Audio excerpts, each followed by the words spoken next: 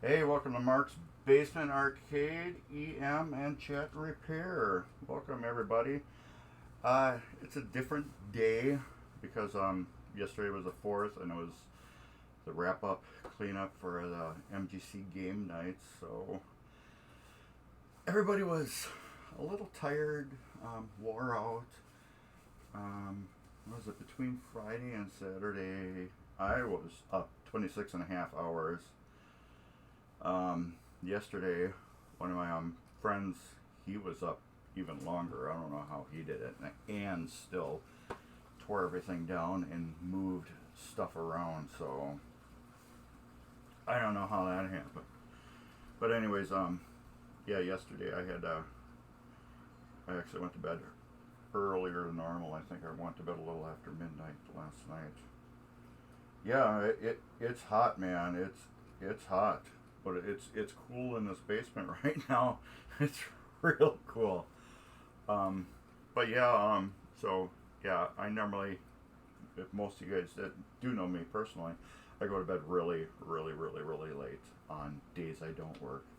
But I was just kind of like just exhausted from yesterday, and then I helped clean up the game nights, and I did bring a souvenir home. And it's right there. Hey, thanks TurboGrafx for subscribing again. Thank you very much. So I brought this home. It was a souvenir from Game Nights. No, it's not really a souvenir. When I first seen the game, hello, what's up? When I first seen the game, I was like, wow, this is kind of a cool game. And then I looked at it and I'm like, this thing is dirty as hell. It's just filthy. All the ramps got like nicotine stain on them and stuff. I'm like, hey, what do you do with these games when they're not being used? And he goes, well, they just sit here. I'm like, well, I said, can I take this one home? I said, well, for me taking it home, I will completely tear it down and shop it. I'm like, it's going to be good content for my channel, and I get to play a cool game for a little while. And he's like, go for it. So I get to play the game. I get to tear it down, clean it up. I'll be making videos on it. And then when he gets back, it will be, instead of 25% LED, it will be 100% LED, because a lot of that stuff you got to take everything off to get at the bulbs. And as you know, if you route games, no matter what they are, you need to LED them, just because when they're on route, well, this one won't really be on a route. It will be it will be either at MGC or game nights. But the thing is, you don't want them to. Oh, there we go. If as soon as I get done with my games, I'll contact you. But as you know, I got two Flight 2000s. I got my Twinkie. I got my Gulfstream. I got a Spanish Eyes. I got a Wildfire. I got that Solids and Stripes and a Superstar. So yeah, once I get through them and the preview and the Hurricane, and I think I got one thing to fix on the Lucky Ace yet, and I got minor adjustments on Grand Prix. But if nothing else comes up between them, I'll grab one of yours. But yeah. So if you're routing games or have games on route or where they're on all the time, you want to LED them just to keep them going at minimal power. So that's why if you see a EM on location, chances are it's LED'd. It may not be the prettiest thing you see, but it's good for the game. So anyways, we are working on pop bumpers. I'm going to show you how to adjust them so you can get that little skirt stick coming up from the bottom on top of the spoon. So when you hit it, it does its thing with the spoon. Really, really super good. So it works like butter, and that's my favorite word, and I like butter. So let me swap the cameras. Hopefully this is on. There we go. I moved my camera so I could get right down to the playfield. As you can see, we got one switch here, and one switch here we're going to be working on. I did all these other pop bumpers in previous videos, and I can't remember, I did not go through any of these relays that are up here. You can't see them because I have to move the camera, but they're kind of like right here. My what do you call it? My other little picture is blocking it. So I have to move this camera. There, I make these relay banks right here. I have to clean these. So I guess we should get started. My wire clipper's off. Did everybody have a good 4th of July? I really personally didn't do anything besides clean up MGC and make my kids help me bring that game in the basement and sit on my butt and watch YouTube and TV. That was about it. Good, you kept all your digits. That's the best 4th of July celebration you can have. Alright, I have to, they soldered the grounding wires right to the switches, so I have to desolder that on both switches so I can get the switches off, because I need to clean it. This one did turn out actually like perfect, but it needs a cleaning. See how it's stuck? It's stuck right there. That spoon needs to be cleaned. That's why I still take them apart. It's sticking there too. The spoon needs to be cleaned. It's not sticking there. It's not sticking there. But it's sticking that way. And it's sticking that way. So that spoon has gunk on it, and we have to degunk it, get it cleaned, get the switches off, and have all that fun. Yeah, my dog didn't know what to do about fireworks either. He was like running around, kind of like, what's going on? Hey, what is that? But yeah, they don't like them. My other dog that we had, he didn't care. He was just like, oh, something's going on. I don't care what's going on.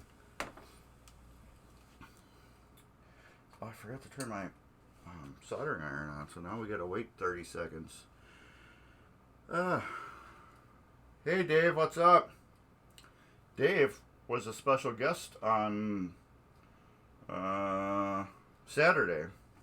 He was a special guest. He got to come over and see the basement, all the mess and everything, because he was in town from California. So we were talking, and I'm like, hey, you want to come over and check out the mess? Are we hot enough here? I didn't plug it in. Jeez. I turned it on, but didn't plug it in. Oh, it is totally a Monday. I feel hungover or something. I did not drink a lot either at MGC. I knew people, like 2 people that probably had enough drinks for 6 or 7 of us. Yeah, it was a great time. It was Beatles. That was a great game. Some of these people had enough alcohol for several of us to have enjoyed alcohol. But yeah, I think the latest we were up to was 4 a.m. on hey, you're welcome. 4 a.m. on Saturday night. All right, let's get this heated up. There we go. I'm gonna clean this off.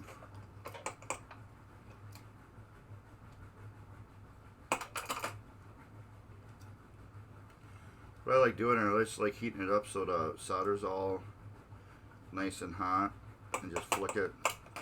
Most of that stuff will just come right off. I might as well do this one too. I think I'm going to do this back switch first, just because it's so far away.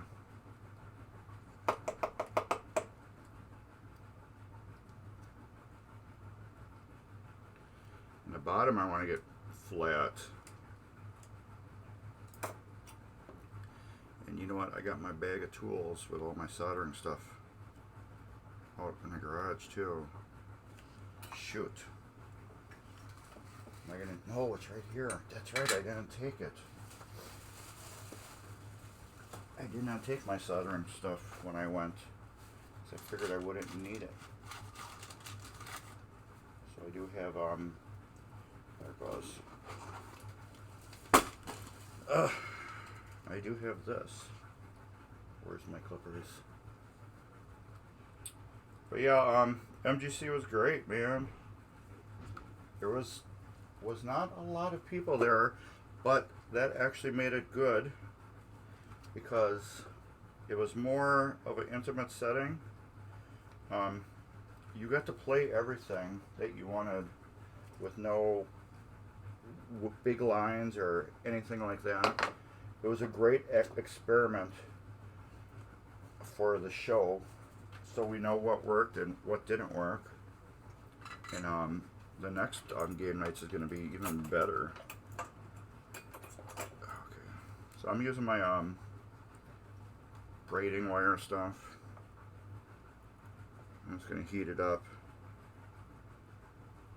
and we'll clean off the bottoms.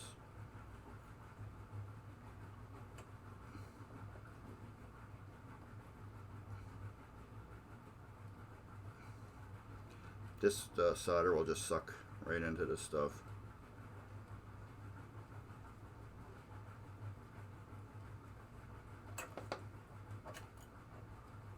As soon as I get it hot enough. Problem is I can't touch it to hold it either.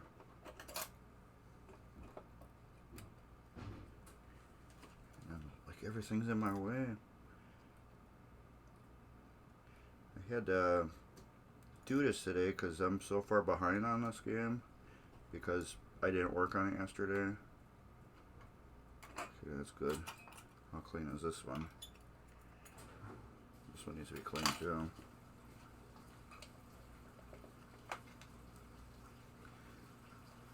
Alright.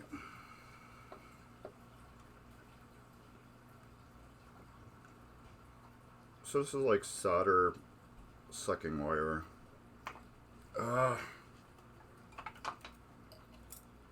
And it sucks to use it right now.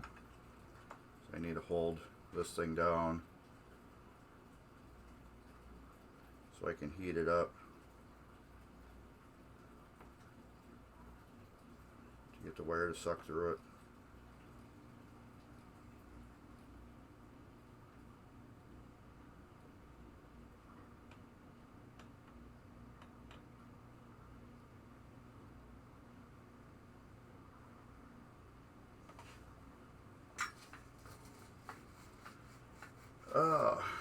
I heard fireworks last night. I didn't get to see any. I didn't feel like walking outside.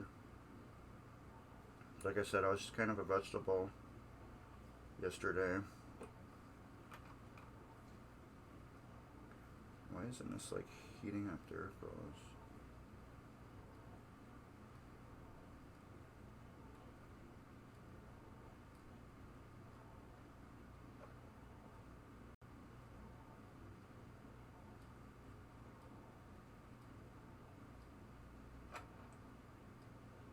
Doesn't work too good on metal. Works great on circuit boards and stuff. There, now it's working. Finally got it hot enough.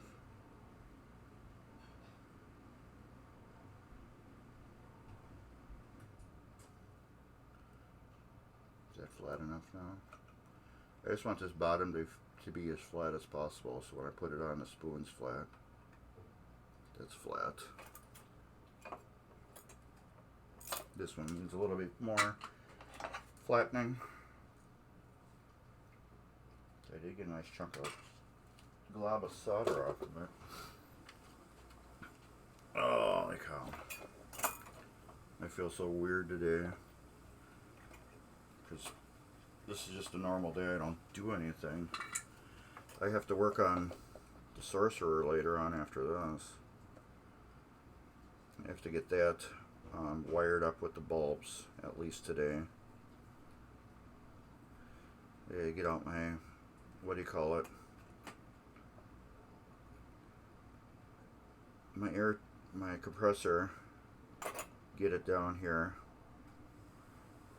with my air line, and then get my air stapler ready to go.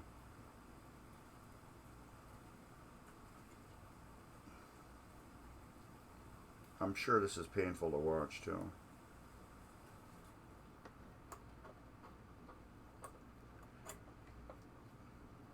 I'm burning my hands as this is not melting.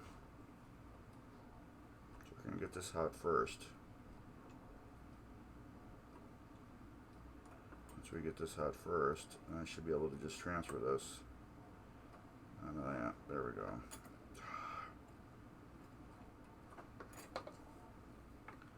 Nothing's working for me today.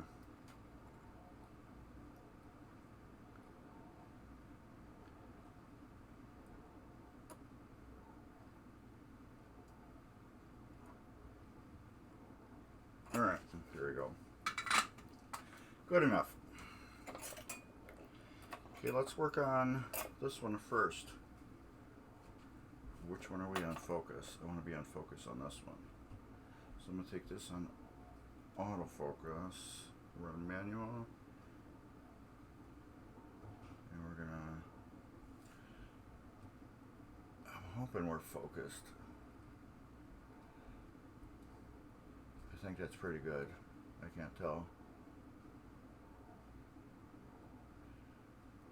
Nope.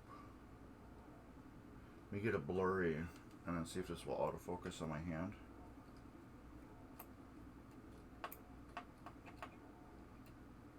Turn off focus. There we go. I think that's good. Alright, Q-tips. We need the Q-tips because we're gonna clean the spoons off. And even with the Q-tips, I still use the eyedropper. We're gonna clean these spoons real good. Get any crud that's left on them off.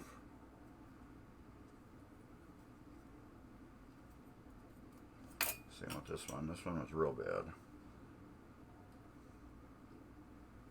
This one has a lot of it.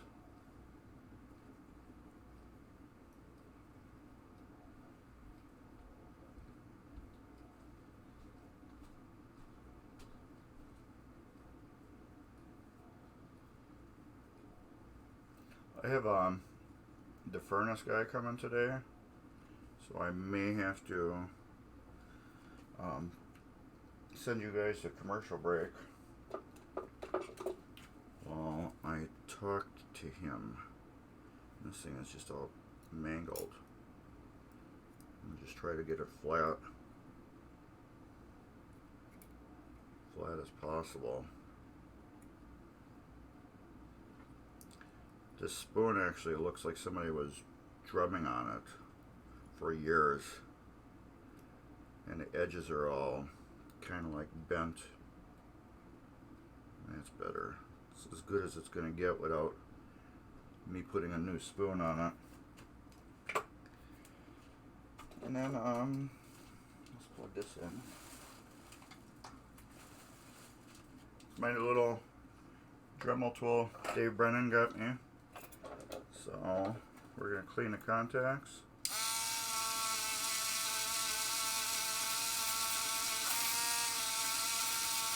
These ones are real dirty.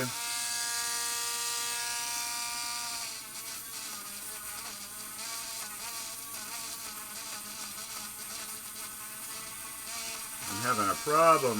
There we go. They're so tight. There. Spreading them open far enough so I can get it in there on them nice. These are higher voltage contacts that are really big. So these ones you want to make sure you get them nice and clean.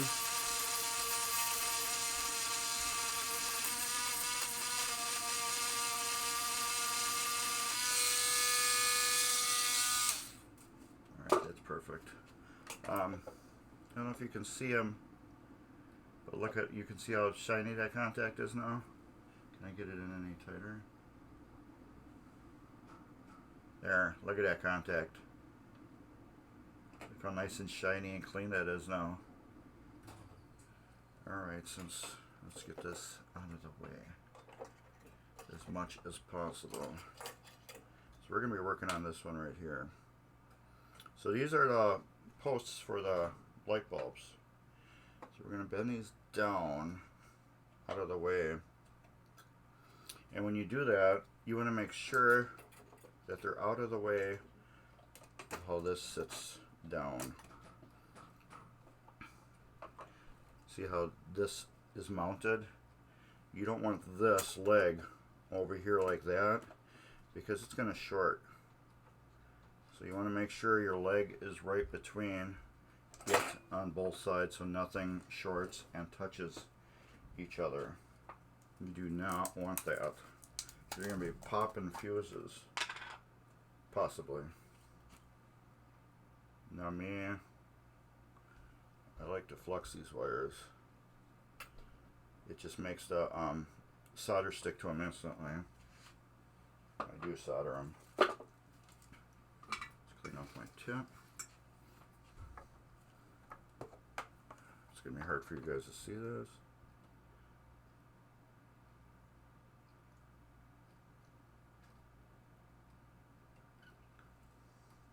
That solder just lays right on there in a nice bead.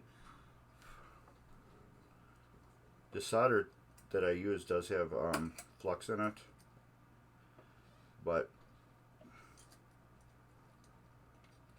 I found out if I put flux on it, it makes it spread like butter on there. So that's why I like to do that. It's hard to get this so you guys can see. Now this line is just going to get soldered right down on top of it, and I'll use a screwdriver to hold it tight.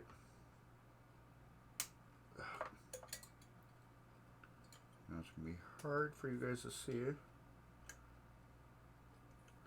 Let's just try my finger.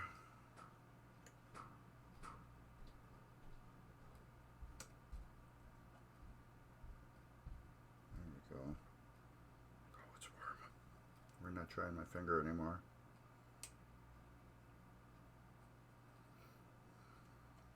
I'm trying to get it perfectly centered. Here we go.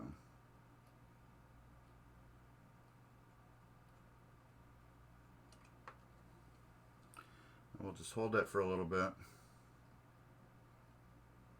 Let the metal glue do its job. And there. And then do your test. I'll flick that. Hey! Welcome from the cabin. Where is your cabin located? There we go. That one's attached. No. We gotta find the other one. Let's put this down so we can find it.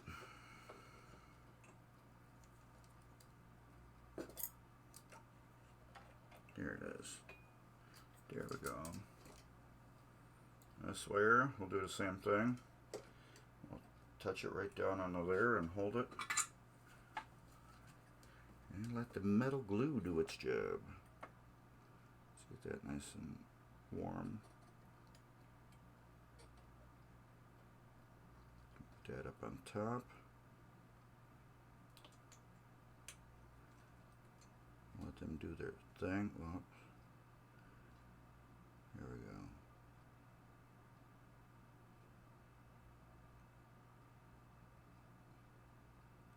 Did I get you to stick or did I wiggle you too much? No. Oh, Barry. Hey, Barry. What's up? And there we go. We got that one attached too. Alright, we got two attached. So let's get this spring going on. I have to get my spring stuff.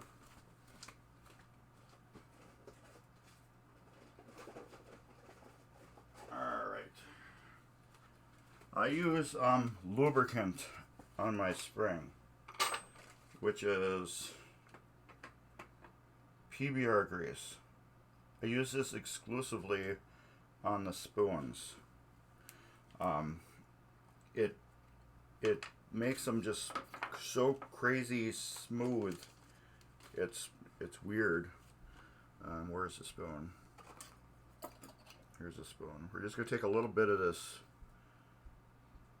grease, and we're just gonna coat it, just the spoon area. This will keep it from sticking, and it will keep it to center good. I know a lot of people are like, no, just use it dry. Oh, new software from Apple. I don't want that. Quit. It will, some people say it will dry up and then it will get sticky. But this is the basic same formula that was re-engineered from Gottlieb that they used on everything. So I'm thinking if it was a reversed engineered formula from Gottlieb that they used and worked for umpteen years, you know, on their steppers and everything, that it would be sufficient enough to use for umpteen years again. But yeah, it's like any other grease that you use on stuff. It lasts to a point and then it's gonna gum up. But this should get flawless amount of use for umpteen years before any of that happens. And I'm gonna have to pull up on that. Get that thing out of my way. There we go. I need to get these screws in here.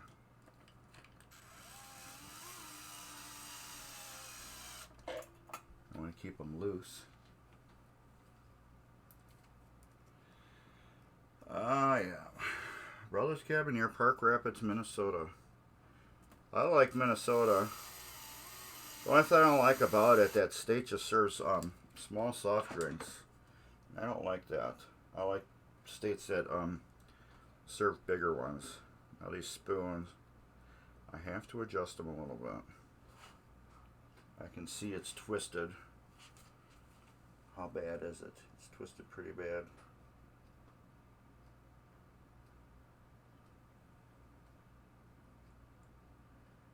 Every single one of these I did was bent a little bit. Okay. Now here's my trick.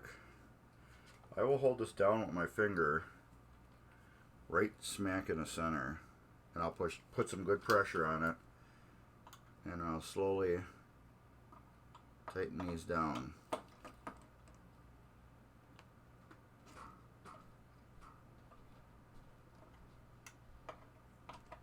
I believe it's centered itself already.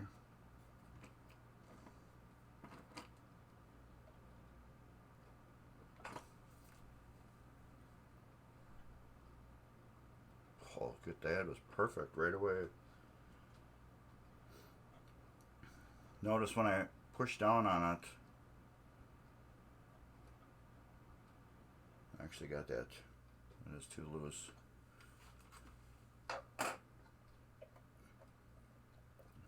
That spoon's too loose. I gotta bend it. It should be kind of tight on it. It shouldn't have that up and down movement. Well, let's see if we can get it out of adjustment and then readjust it then. Where's my... There it goes. Bend this down a little bit. So when I did that, I untweaked it.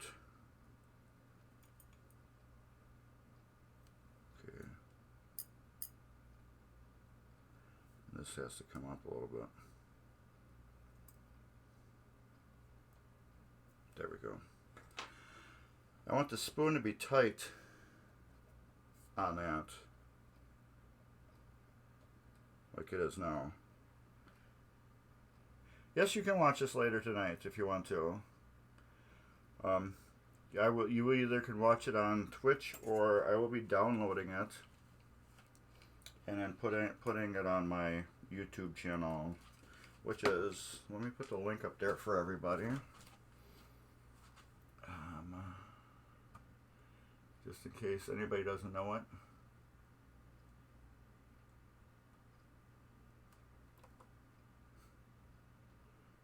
Copy.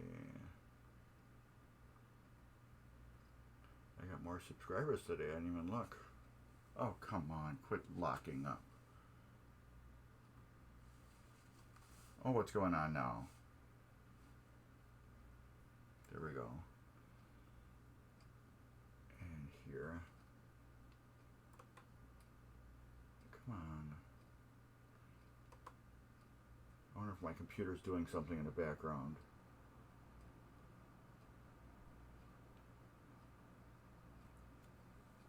There we go.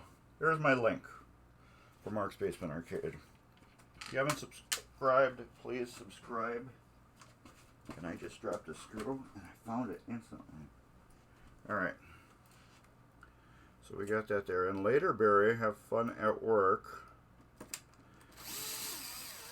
Okay, let's get that there.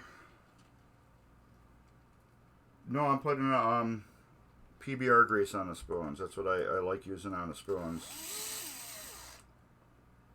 Alright. I'm going to leave this. I'm going to adjust this wrong. Just so you can see. There we go. See how that's moving when I push down on the cap? Let me get a little bit more off. There we go. See, when I push down on a cap, the post is actually moving. That's because it's not centered in the middle of this cap. That's why we're getting a little movement. So if we can turn this a little bit and get that in the center. Now as I move it up and down, you can still see this skirt move a little bit. You don't want any of that. So what's it doing?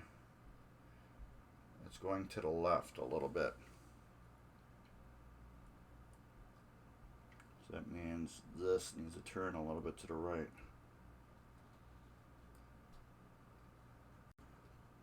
More. You going backwards and forwards? No. Alright, what I'm going to do now, I'm going to hold it down real tight with my thumb. Unloosen the screws. If I can get my screw in there.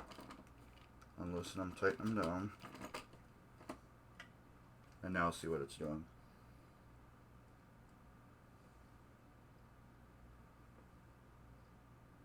What's it doing? Is it going forward or backwards?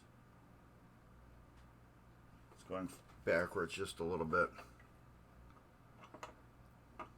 Let's tighten up this front one and see if that corrects that.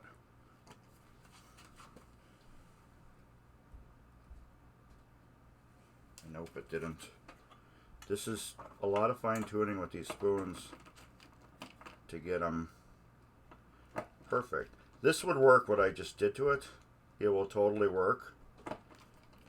But I like it to be not doing anything like that. There, that's perfect.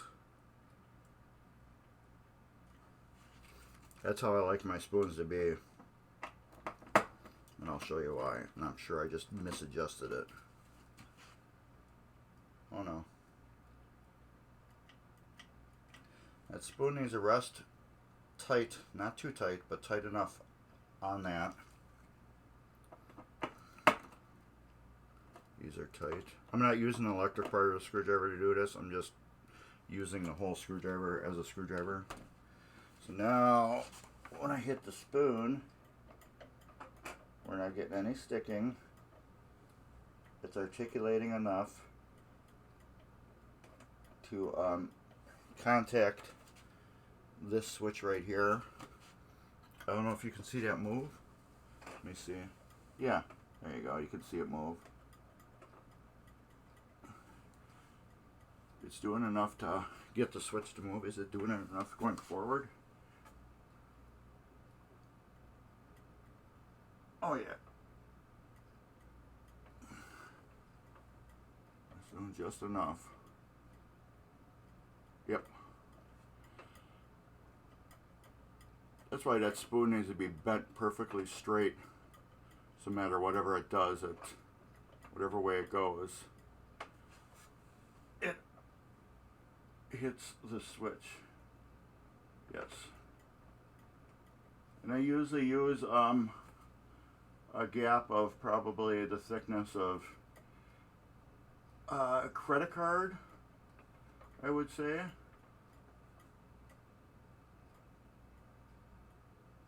I don't like that back gap. Let's do this. Give that a little curl to it. Okay. We got that established.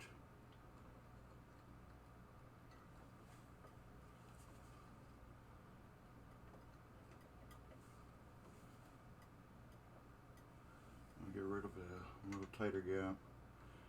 You gotta have a decent gap in here, otherwise you're gonna have machine gunning of your pop bumper.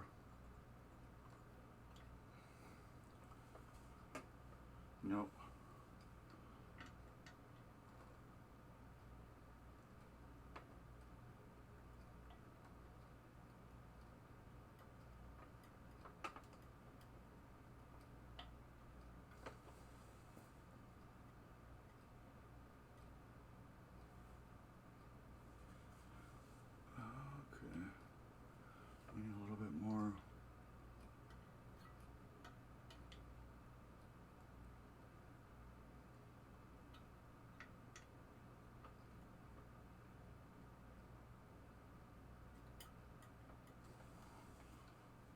What are we doing? Okay, we're getting movement now. And how much gap do we got? It's hard to see. It looks like a 1/4 inch. What do I got that's white? I can put behind it. There we go. I recommend when you want to look at your switch gaps, put something white behind it so you can see it, and it lets you see how everything's working. It makes it so much easier. There. Okay, that one's adjusted perfectly. Alright, where's all my screws and stuff for it? Here we go. Let's zoom you out. Alright. And we will start getting this pop bumper back on. This part right here will go on top of this right here. You need more wideness. It goes on top of this. So when this pulls up, it separates from that. I'm going to have to tighten that gap up a little bit.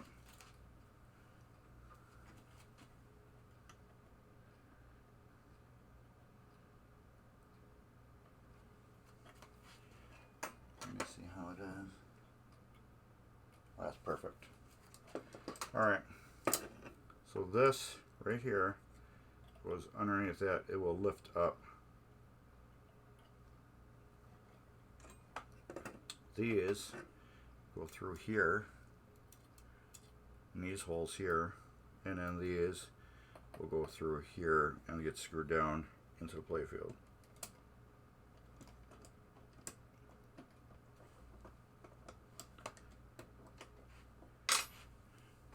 And then you just wiggle it down. Oh, and I forgot about these new skirts. You're gonna have to trim the what do you call it? The coils a little bit. I found that out. These rods are a lot longer than the original ones. And I'll show you what I'm doing. I totally forgot about that.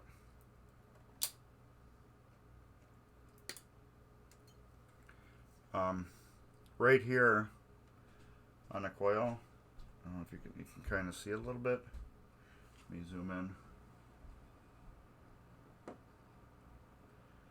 Right here, you can see I cut a notch out. Just a little bit of a notch right there. Am I blocking you? Yes, I am. Right here. I have to cut a little notch out on the plastic because this is where the bolt comes up through the assembly here, and what it does, it's so long it rides on this just a little bit, and it causes just a little friction. So I learned if you replace any of your the metal skirts, because they've got broken studs on them, you're gonna have to adjust these and cut a little plastic off of them. It's not gonna hurt anything, but yeah, just like right here, you can see I trimmed just a little bit of the plastic off the coil. You're not doing any damage to it. It's just giving the screws their freedom to go up and down. There we go. And now we're not getting that hang up like we had before. I gotta see what screws we're using.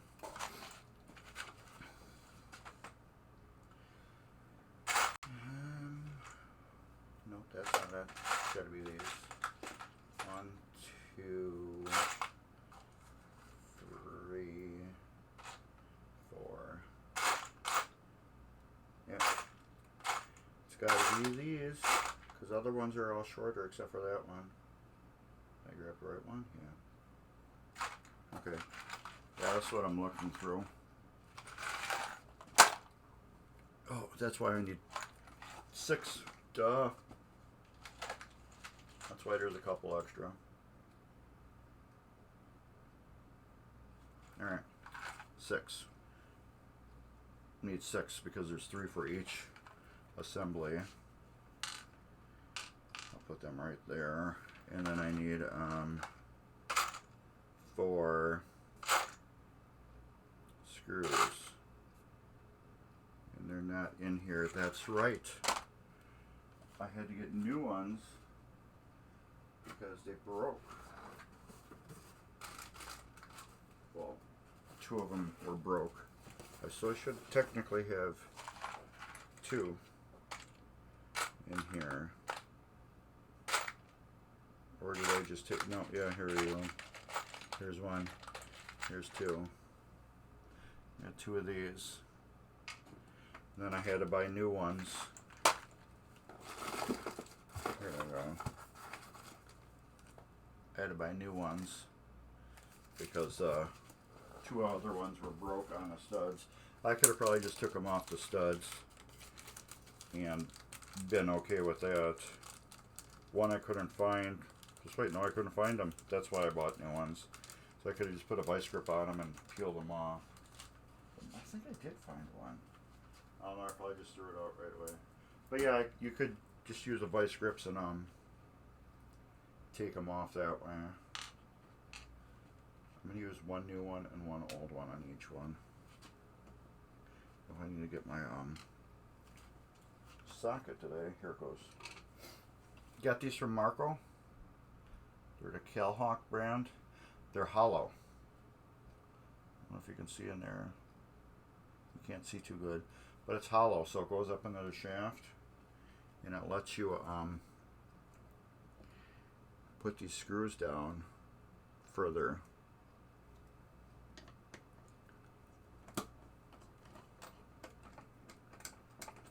Because the shaft is hollow and it lets the thread go up further into the tool, which is nicer. So if anybody just joined us, today we're working on the straight flush. We're getting the pop bumpers reinstalled.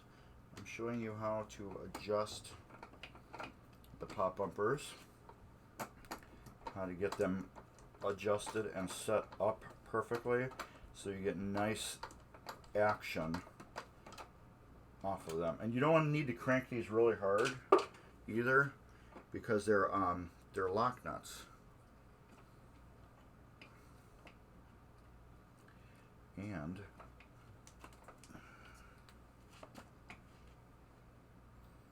this assembly looks bent. It totally is bent. The brackets are totally bent on it.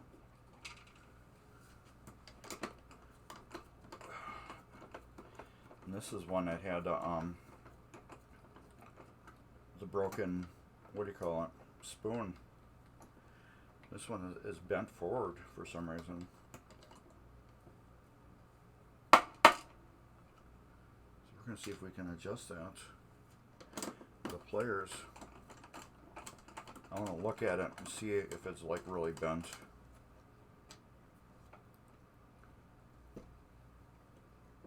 It just looks bent to me when I put it down.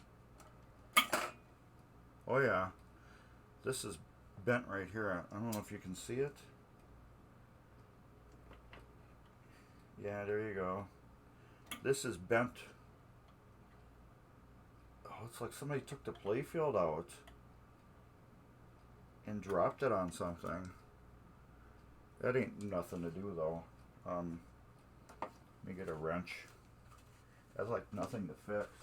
Easy to fix. Oh, as long as you got the right tool. This will work. If not, I'll give it channel locks. Yeah, that's bent just a little bit. There we go. Oh, you know, this is the one that was broke, and it was, and it had a broke piece here, because I took them all apart and I put them in piles, and it had a broke piece here. So I wonder if it got bent from the years of firing with that broke piece. That could be. Alright, we're straight now. Alright, there we go.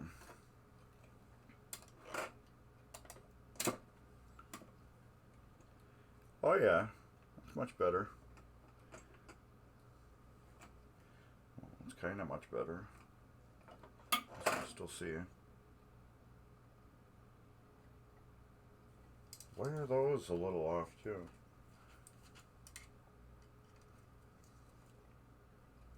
This one, I think, this was a routed game.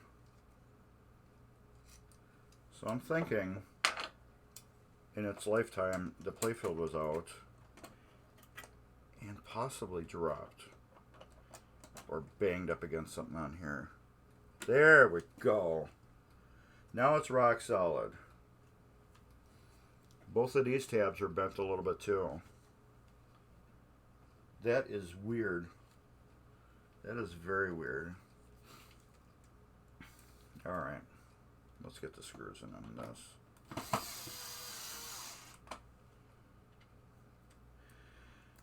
That is very weird. I've never had that before. A bent pop bumper assembly.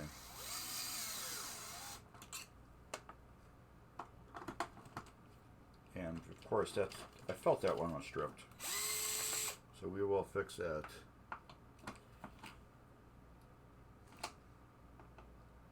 I use an Allen strip. I use the electric screwdriver in a certain way where I hold the handle and I can feel it. Once it grabs, it slops, well, it slips, but it gets sloppy in my hand, and it kind of spins. And when those got sunk down all the way, it did not do that. So I could feel that they were stripped. So we're going to do, this is a permanent fixed. We're going to take these little bits of wood, like that. We're going to coat them with wood glue, stick them down the holes, and then drive the screws back in. What that will do, the glue will bond to the wood of the repair, and it will bond to the wood inside the hole.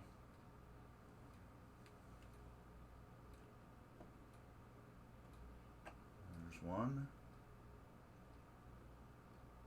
There's two. So now I'm thinking somehow this got, while it was attached to the machine, it got bumped. And that's what explained why three holes are stripped and it was bent. So that explains that. That totally explains that. There's no reason why this game that's been in one owner's possession. There, I can feel that now. Why it would be in one owner's possession for all these years and have stripped nuts. There we go. That's tight.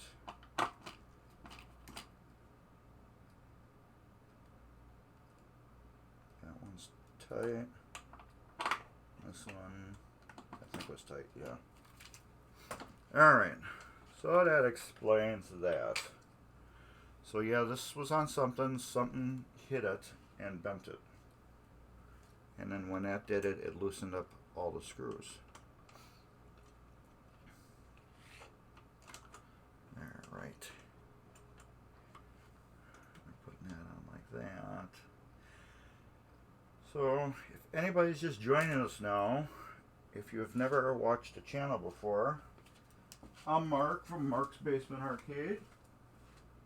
I have my own YouTube channel, which is called Mark's Basement Arcade.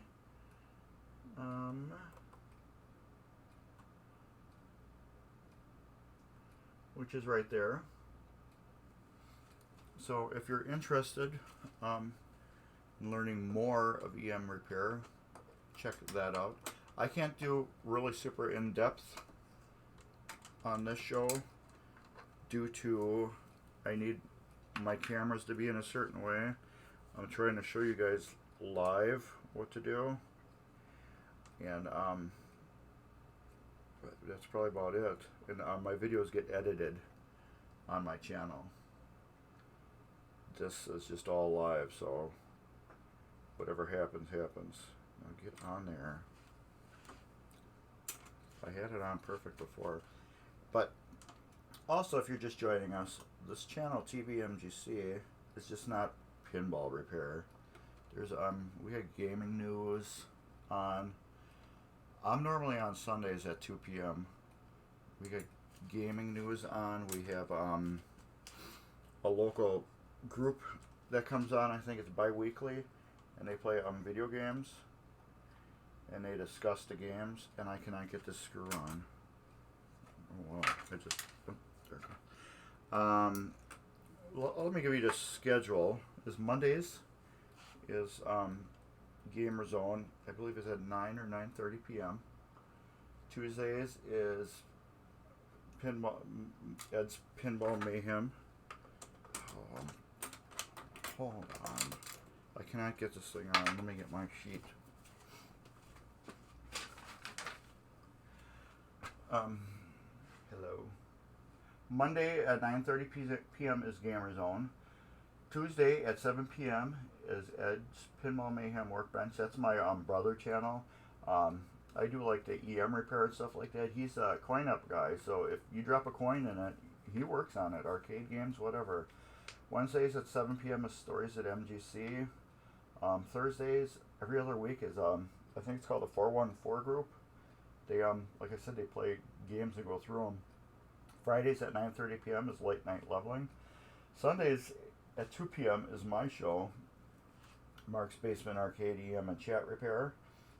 And Sunday night at 9 p.m. is Theme Park FECs and Arcade. FEC is Family Entertainment Center. And that's Dan. He goes through all that stuff. Plus, you will learn stuff about what's going on at MGC, when it's going on. And if you don't know what MGC is, that's the Midwest Gaming Classic.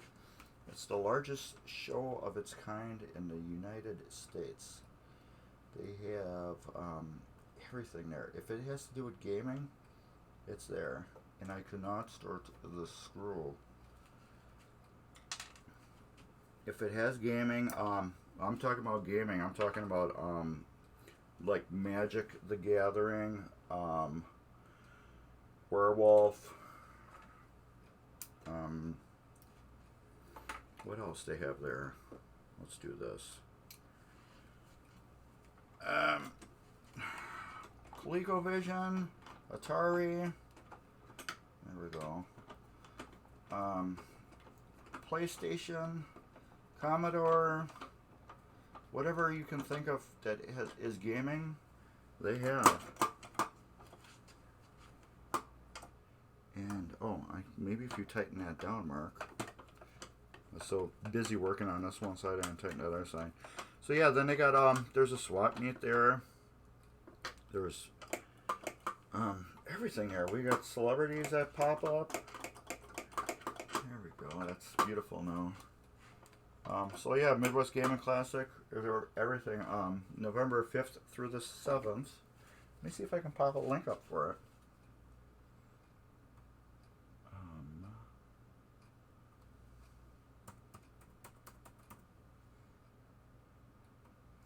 Come on.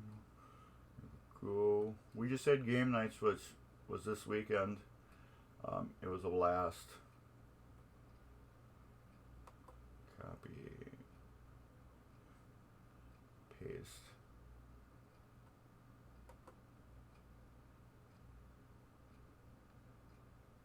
Chat. Okay, yeah, that's cool. Appreciate it. But yeah, if you don't see this chat, and if you're watching it on my YouTube channel, it's www.midwestgamingclassic.com. I inspired you to finish. Yes, thank you.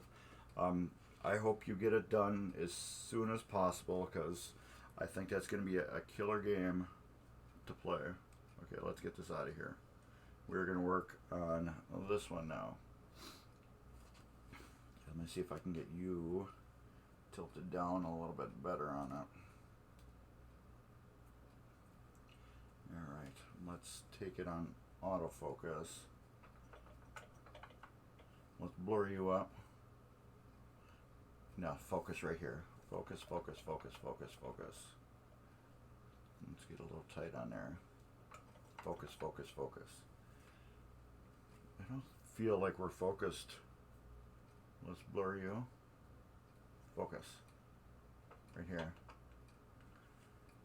I think that's pretty focused now. Oh, duh. I put manual focus on. Okay, blur you. Now focus right here. There we go. That's why it wouldn't focus.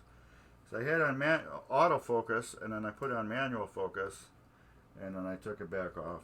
Alright. So what we're going to do now, these are for the lights that come up through the pop-upper assembly.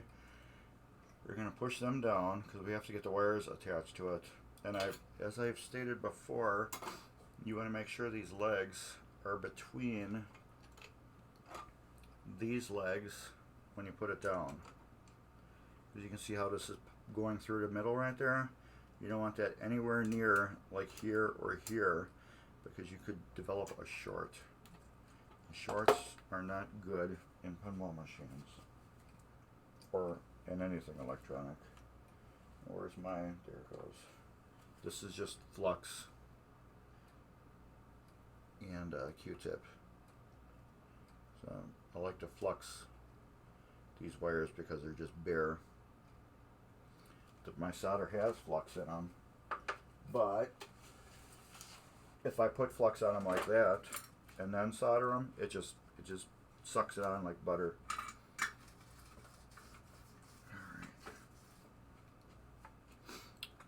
Yeah, and Ryan, if you got off today, it's like the perfect day to work, you know. A lot of people had off today because of the holiday.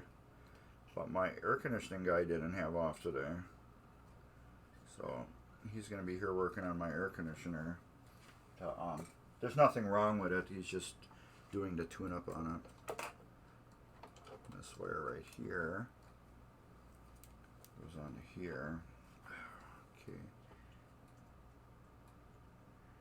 I get a service agreement every year for my furnace.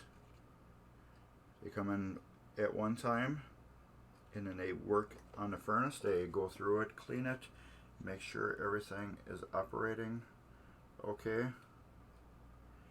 And then other time they come through and they work on the air conditioning side of it and make sure everything is operating okay. But I know it's working good because my house is freezing.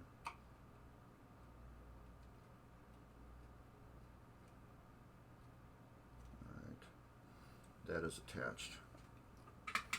Now whenever you solder, do a wiggle test, because you can think you soldered it good and you might not have. Alright, I have to solder this back down here too. I forgot about that. They got these switches soldered. I know you can't see it, but I will do the other one too. They have these switches soldered to the main wiring harness.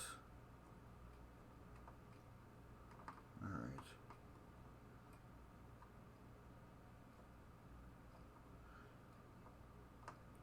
Alright, there we go. That's that.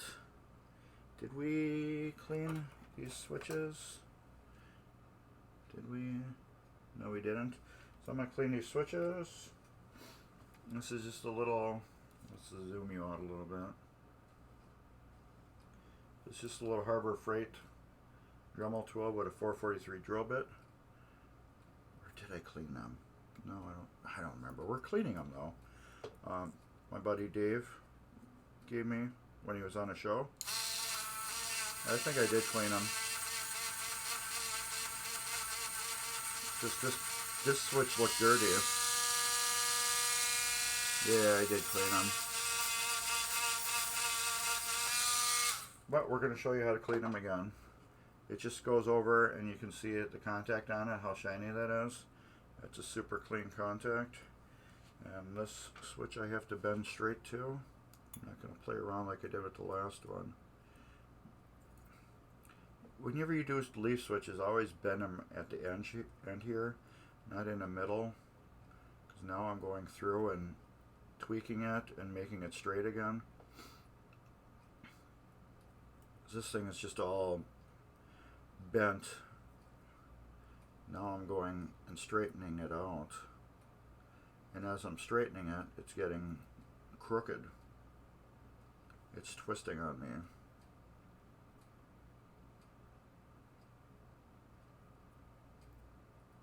I'm going to hump right here in the middle now. You want this switch to be as flat as possible. There, I think that looks pretty good now. Alright. There, that switch is pretty good. It looks pretty straight. It's as straight as I'm getting it. And when I put it down, is it tight on there? Yep.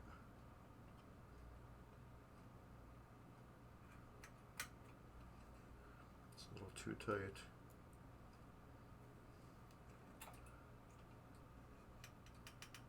A little too loose. I don't want it too tight. And I don't want it too loose. On top of that, I want just enough pressure on it.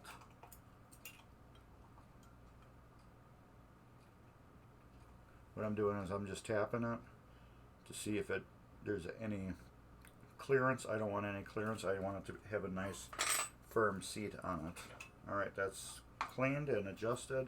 I did clean this with naphtha off really good because it was disgusting. It looks kind of disgusting now. It's just tarnished from being over the years with junk and stuff being on it. You could put some Tarnex on that or polish it if you really wanted to get a shine out of it, but it's not needed as long as it's clean and smooth. Right now this is a little PBR grease, and no, that's not Pabst Blue Ribbon. It's the stuff. PBR grease. The Pinball Resource makes it. This is re-engineered of the original Gottlieb grease that they used on their steppers and everything.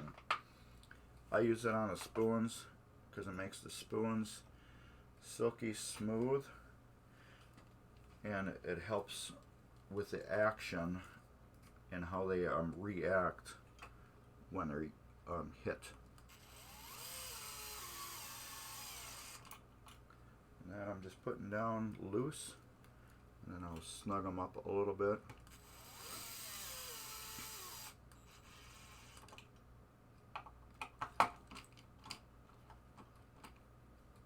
Okay. What we're going to do now, let's get it a little tighter. I want this spoon, actually I got it perfect right now. Usually if you go back in original holes it can be perfect. I'm going to screw it up a little bit. There. See, as the spoon goes down, it moves this right here. That always needs to be centered. And notice when I put the spoon down, it moves it. So it's not perfectly centered. If it's not centered like that, you can get it to stick on one side where it actually will stick. And it's almost sticking. So you want this to be perfectly smooth in the center when you set it down. So what I usually do is I'll hold it tight with my thumb like this.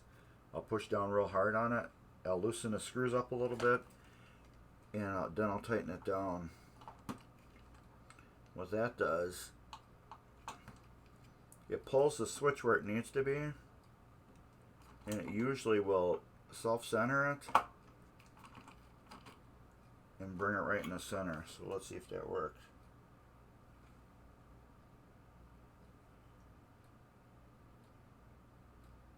That is almost perfect, I'm thinking. I got just a little movement. So we're going to do, let's take this stack just a little bit loose. Sorry about getting my hand in there. I'm going to turn it just a little bit.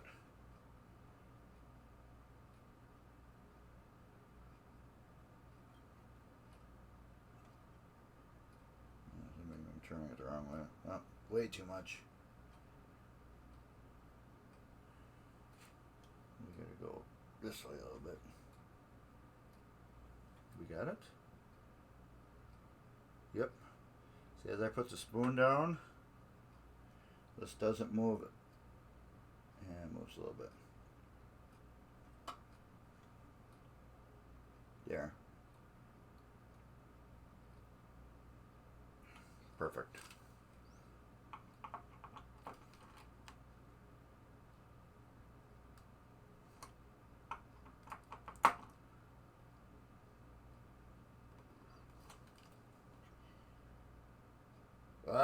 See? They tighten it down and it moved again.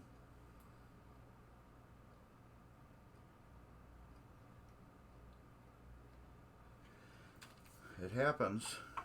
That other one is not played nicer than this one did. Let's get it where we want it and crank it down all the way once. And see what it does. Nope. I'm really a perfectionist at this, so if you're like, dude, just leave it, it's good enough. It's not to me.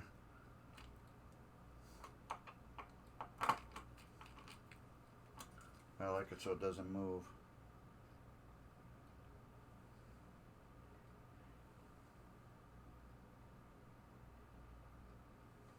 Little tweak on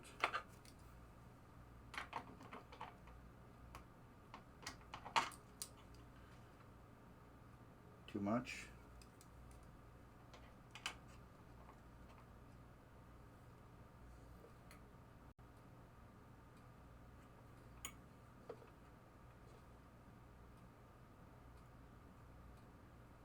I think that's it.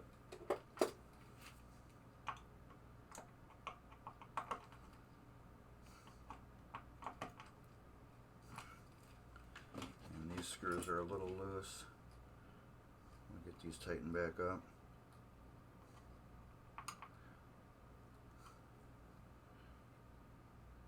Oh yeah, that's perfect now.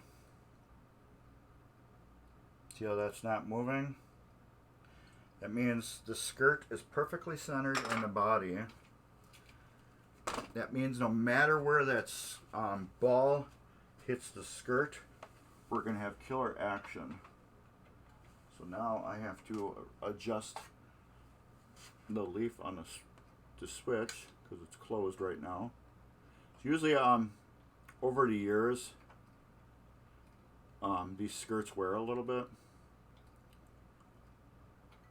That's why I like to put a little lube on them. They get a little wear. And you need to readjust them. That cap I'm just putting there so I can see my switch gap.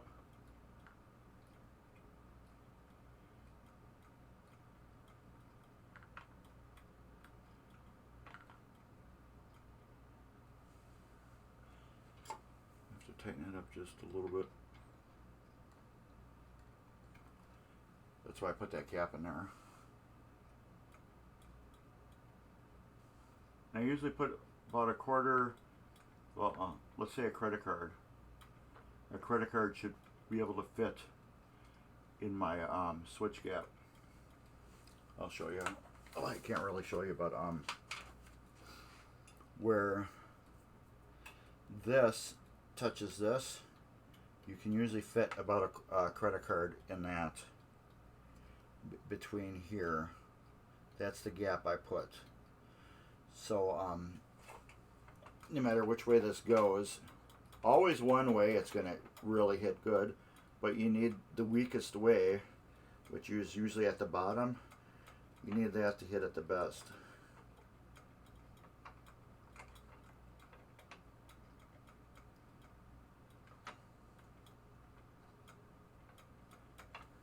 That will do it. Alright, you can also do this too and tweak the spoon down just a little bit to get it at better action. Yeah, I did it even better. So let's see what my gap is now. Yep, that's good. You take that spoon and turn it down a little bit on this side, bring it down just a little bit, and that will increase the switch action from when the flippers hit the bottom of the pop bumper. That will increase that a little bit. Let me look at that gap. I think it might be too close. Even though you got a little gap in there, if it's enough, you can get machine gunning. I don't think that one will. It's on the edge where it might machine gun. So we'll find out when it plays. Now these two right here go through here. Let's zoom you back a little bit. Right here. These two posts right here and here will go through here and here. These three here go on the play field here. And then that's it. This piece right here that I'm lifting up will go on top of this. So when this lifts up, it lifts this up. So we will do that.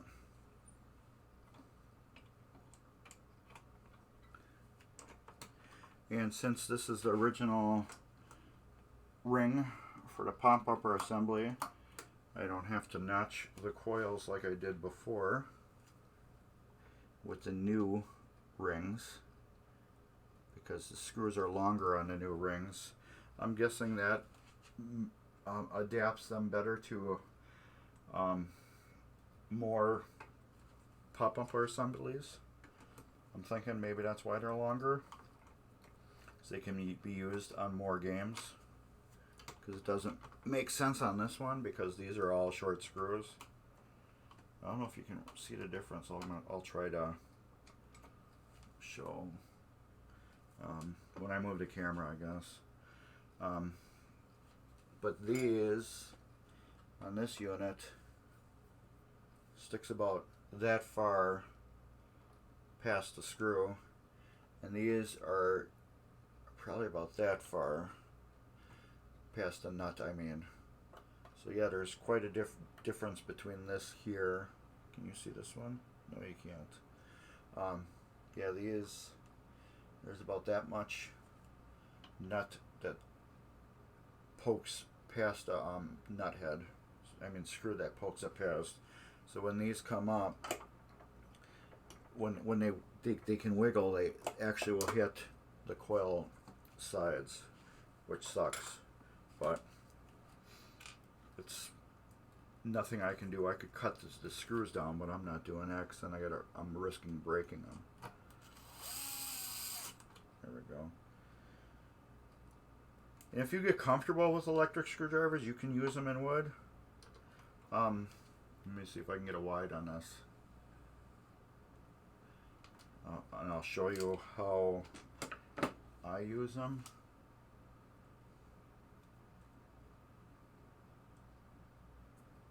Here's my mess. This is how I use them.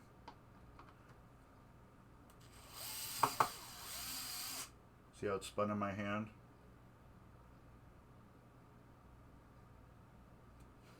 Because I wasn't holding on. As soon as it does that, that's when I let go of it. Then I know I can get my last couple turns in manually. And usually if it doesn't do that, it lets you know that the screw hole's stripped. I had that problem with this pop bumper right here. The screw holes were stripped on it. Alright, we got all 5 pop bumpers adjusted now. They're all perfect, like brand new again. So we're going to do a quick one right here. Let's get you on autofocus. We're going to do these relay banks real quick, which are pretty easy. I don't know if I can get you enough to see them. I will do my best. I don't normally use my camera stand like this, where we were right here.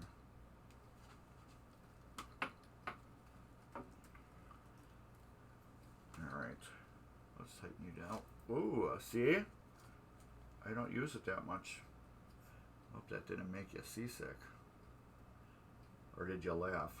One or two. I probably would have laughed. Alright.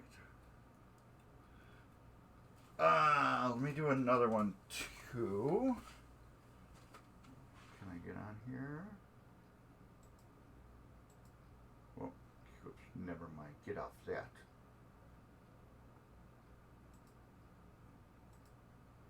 Okay, here we go.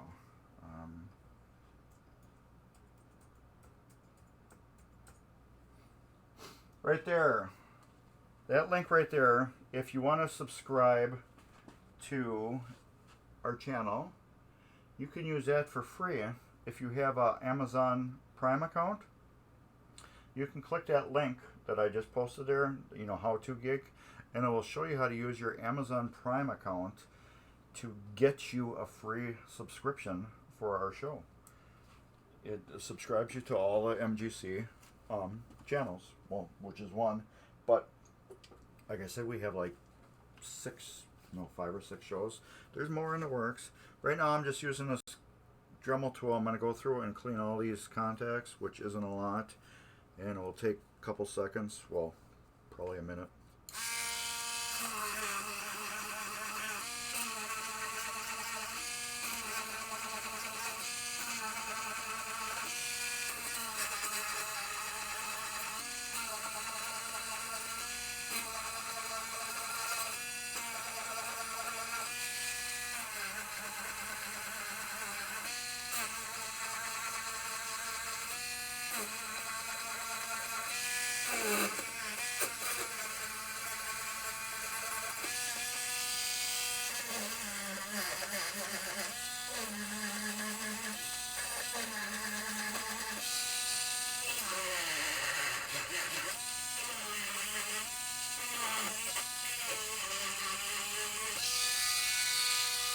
Alright, that was quick and pretty painless.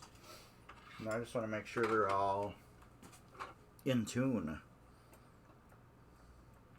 When I check them, I usually push the metal part here where the coil energizes and pulls it in.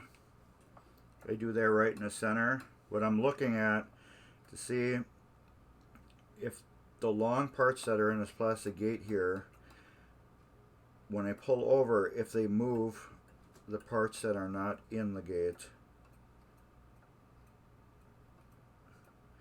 Because I want them to move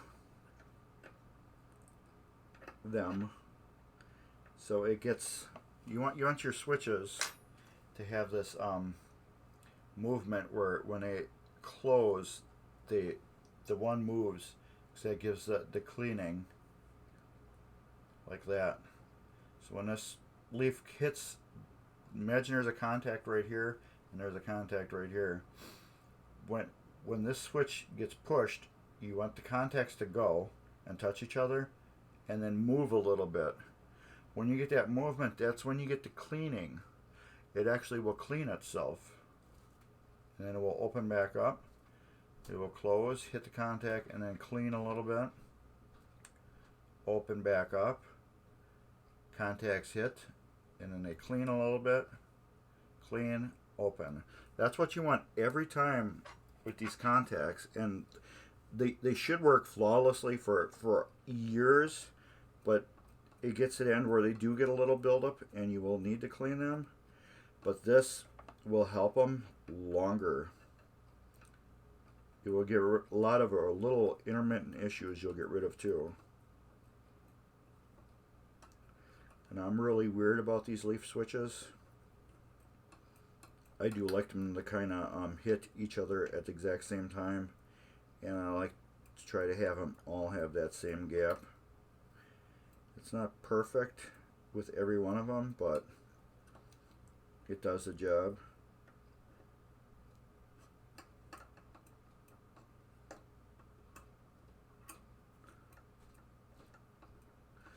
So that's what I'm going to do on all these. Some of them don't need any adjustments. Some just needs little minor tweaks. Because I want them to move a little bit more. I know you can't really see the leaves too good, but I kind of showed you basically what they're going to do, how they work. Now leaves, they're either open or closed. They never stay open and they never stay closed. Which is also untrue. I have ran into it on the Chicago coin I just recently did, where it had extra stacks of leaves that had no wires attached to them, because it was probably easier for them just to grab this whole thing that had 4 contacts on it, that they used 3 instead of trying to find one at the time. It was probably cheaper just to buy, 2,000 of these instead of 1,900 and then 100 with that was different. So I have seen it before where there was extra stacks on it, but there was nothing ever soldered to them. You could look at them and see that they were brand new. So those, it doesn't matter if they open or don't close. So as long as they got a wire soldered to them, they're going to open or close. And they need to open and close, I should say. I don't like that switch gap. It's too tight. You do need a gap between them though, a decent one. It should be a credit card thick to half a credit card thick, depending on the length and throw of the switch. You need that at the minimum.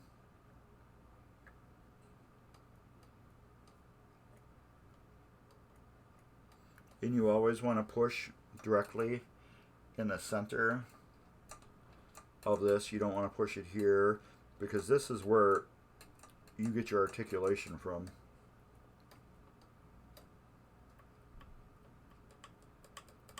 I knew this switch would get screwed up just because these are real tiny little leaves. And I knew once I cleaned it, I was going to throw it all out of whack.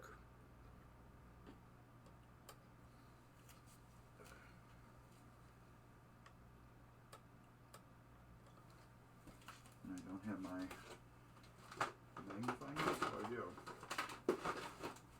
Sometimes you need that. I keep it in a sock. I like Reeboks. No, these socks were left behind by the last owner of our house. He left a whole bag of rags. It's like, I got these bags of rags. Do you want them? I'm like, yeah. I'm like, I can always use rags. I'm like, these socks are really nice. I'll use one of them. Well, actually, I use two of them for my magnifying glasses.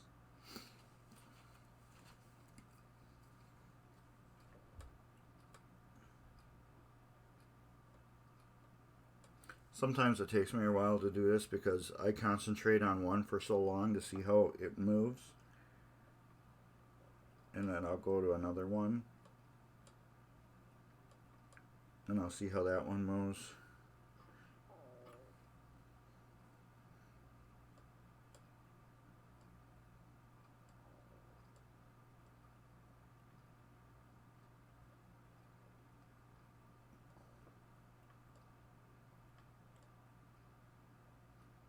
Alright, that's good. Whoa, I was holding my breath on that one because every time I took a breath I was fogging up my magnifying glass. This is from Harbor Freight, in case you're wondering. That's a cool little, well, yeah, you can get at Harbor Freight. We have one thing left to rebuild on here, which is one slingshot. We'll rebuild that one slingshot, and then we will flip the playing field over and put the trough together. We will do that and get that trough all together so it can do its trough thing. I just want to make sure we did do everything. Oh yeah, and then I got to go through and LED some of the bulbs under here because this is getting a full LED treatment. I did rebuild this the other day off camera because this is such a unique thing. I wanted to do a full in-depth document and rebuild. This is actually a score wheel stepper assembly that's been slightly modified.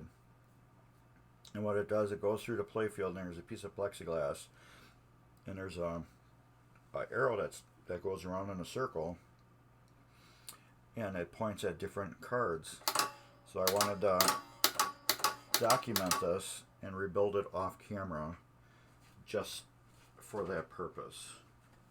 So it didn't get lost in the shuffle. I wanted it to have its own little video.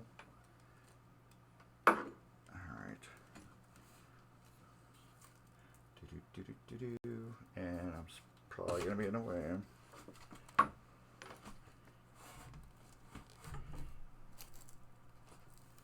And that's not going to work. So let's do this. We're going to look up in the air for a minute. And then we're going to do this and this. We're going to take this, spin this around. Get that like that.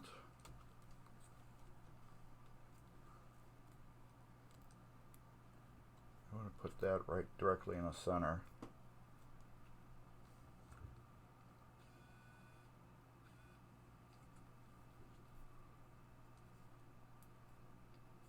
Oh, wrong one.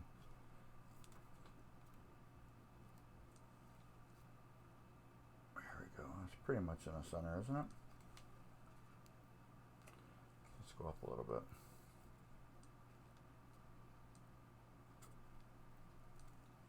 Get it tight.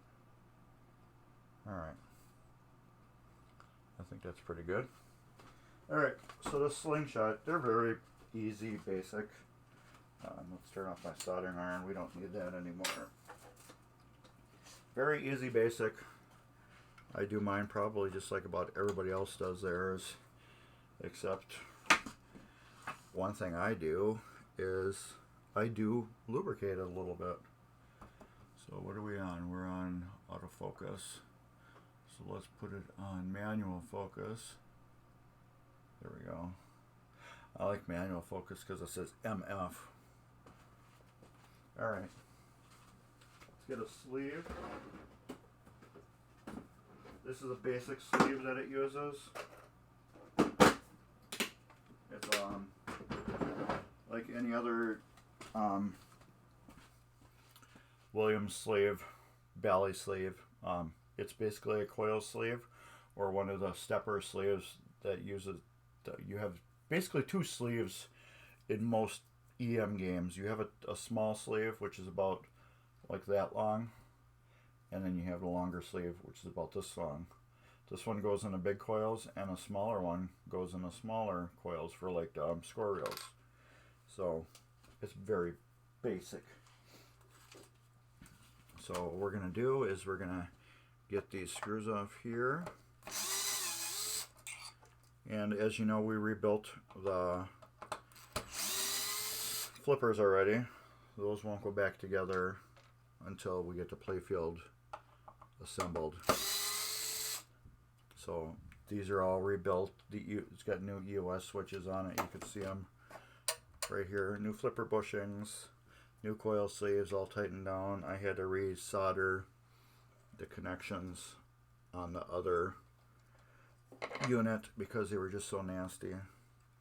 This we will put over here with the screws.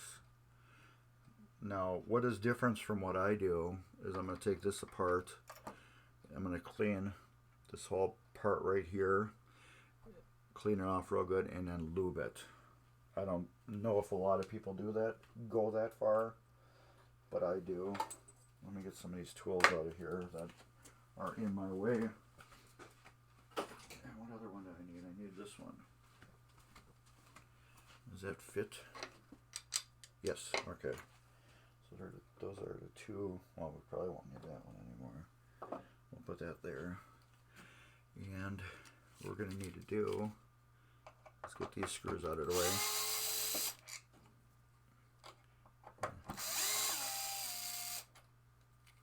I'm going to try to leave that screw in there. We'll just lift that up like that. And then that's because this bracket goes underneath.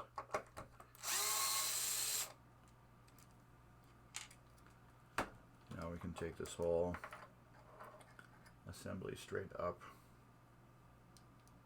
So you can see it. This isn't, it's a little sluggish. So let's widen you out a little so you can see me better. This is a hairpin clip. That will come right out like that. Even it's gross. Let's do this.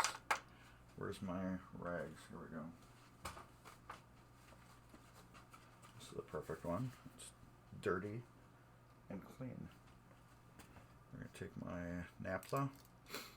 You can use alcohol if you want to use it. I like naphtha. It's got a little more cleaning power to it. Doesn't dry as fast as alcohol does. Now, where is it? There it is. So I like that. And it's gunky. of course. That's gunky. You can see it's got old grease on it.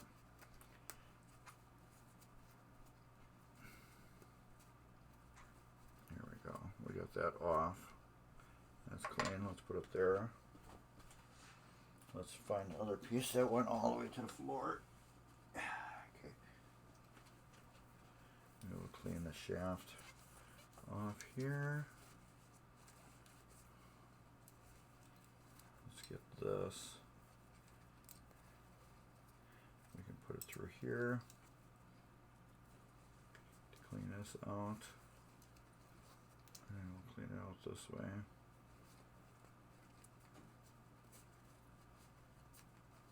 You just might as well clean the whole thing since it's out. Why not, you know?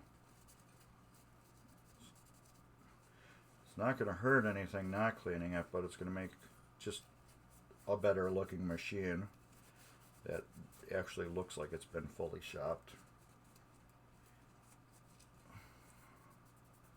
So we will clean that. And then we will pull this off here and just see if what's gunked up in there. Give me a little screwdriver.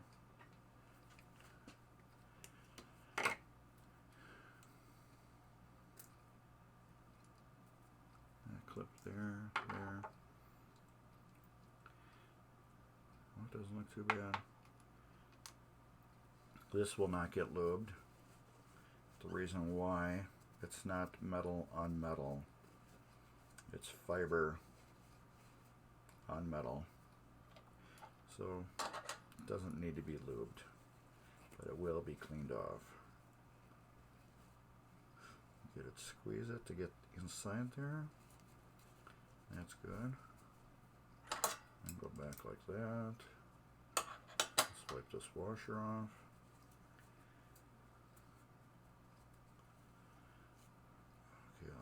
That goes back on there. Let's get the hairpin clip and wipe that off.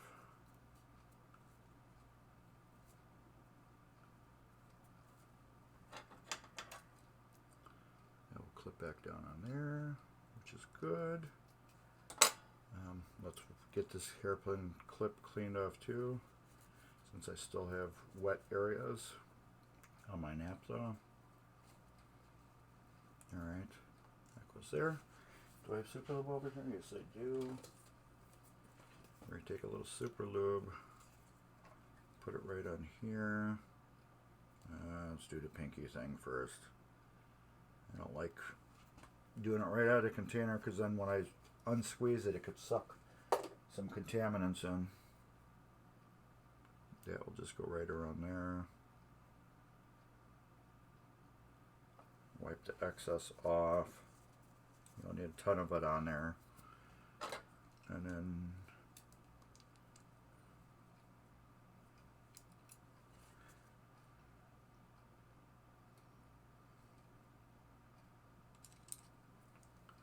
goes on like that. Hairpin clip goes back on. Yeah.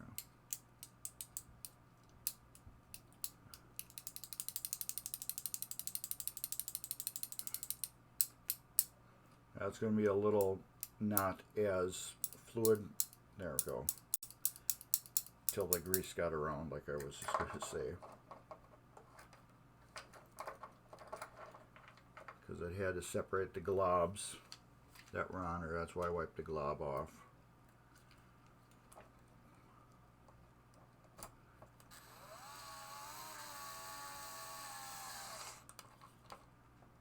I'm going to leave that loose for a second. Okay.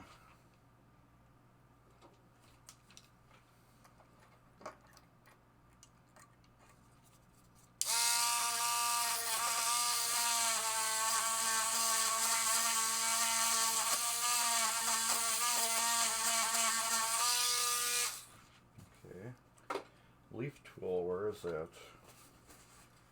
Because this leaf is bent up like crazy. It's twisted. Oh, now it's falling apart.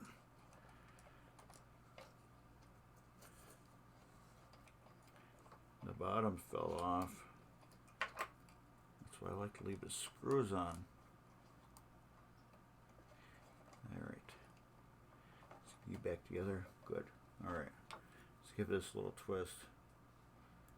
I don't know how it got twisted like that. Come on. The whole switch, it goes like that. It's got a whole twist like that.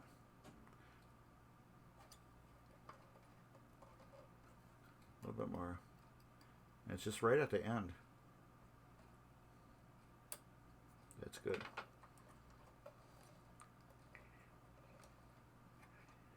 Go underneath. Push you down.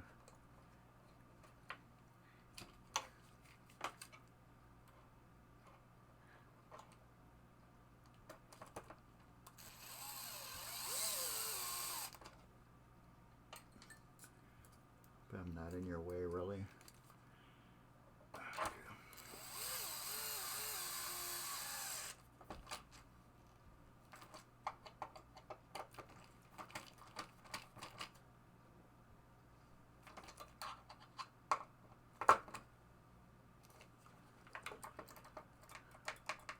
That's how you get your points right there.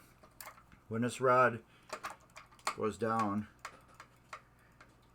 you're getting your points. It stays down like that, which your gap is open, and then it comes. The coil pulls it up, fires the slingshot, and then drops it back down. So every time it comes up, you can hear the clinking.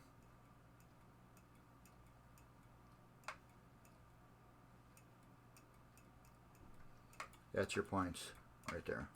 All right, we got that clean. I forgot to clean my spring off. I always clean these off because they get full of that black dust. We don't want that. We're cleaning everything else, so why not clean this up? All right, that's out of the way. Now we're going to take the coil apart, and we're going to put a new coil sleeve in it.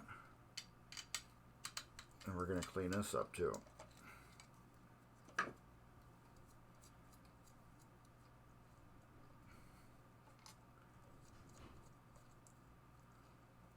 Apparently my, what do you call it? My furnace guy hasn't been here yet. Oh, that is so clean. Did I rebuild this?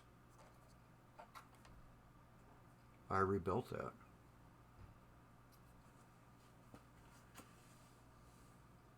Oh my God.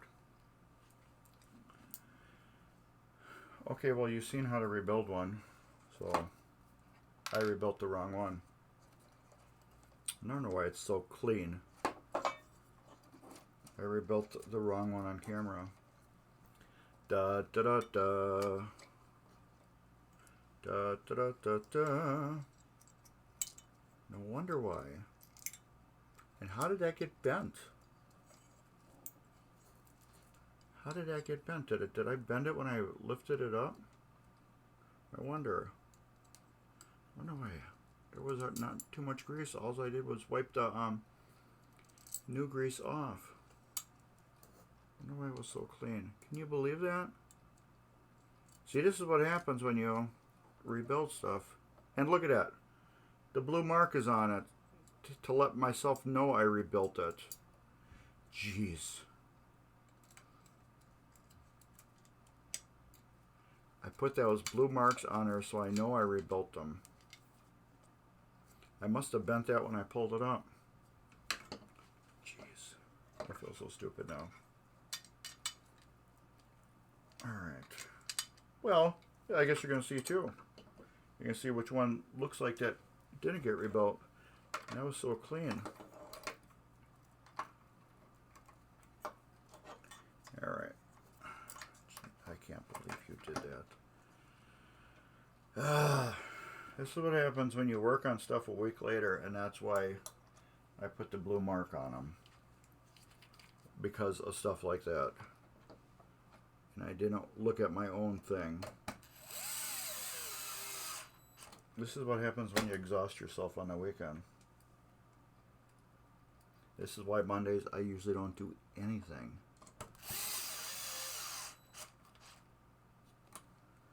I can't believe that. You guys can laugh at me. Go ahead. Alright. Put a big LOL on the screen. Alright. Let's go to this one. You guys can see it twice. Hopefully this one's really super dirty for you. Alright. Let's... This. Get you tilted up.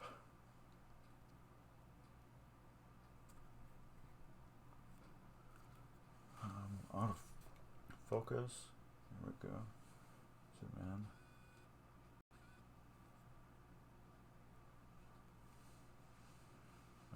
Manual focus. There we go. No blue line. Oh man, I feel stupid on that one. Alright, so rinse and repeat.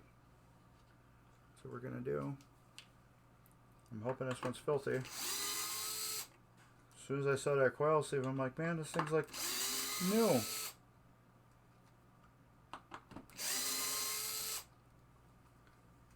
Alright. This is a gyro screwdriver.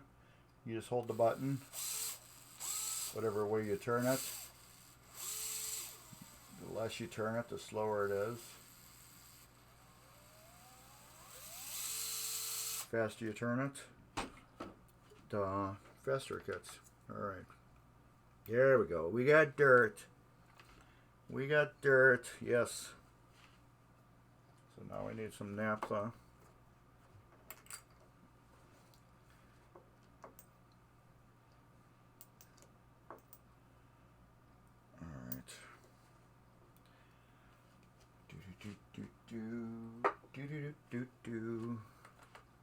Let's take the spring off, and this spring is dirty, unlike that other one, which was really clean. It goes to show ya. That's why I mark everything with everything's got a blue dot line on it.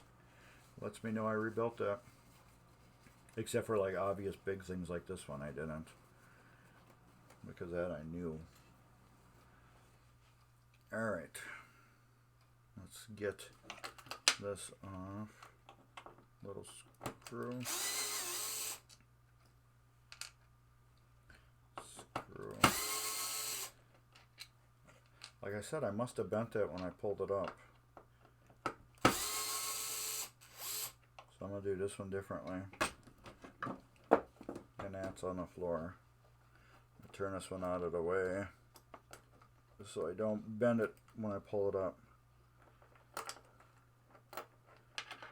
Come on, get. There we go. There we go. Now we got a dirty one. That one's not moving.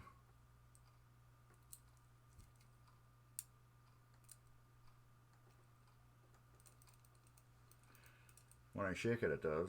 But alright. Let's pull that off. You always want to hold these tight as you can too. That is greasy and gummed up. There we go. Look at that. Old grease. Alright.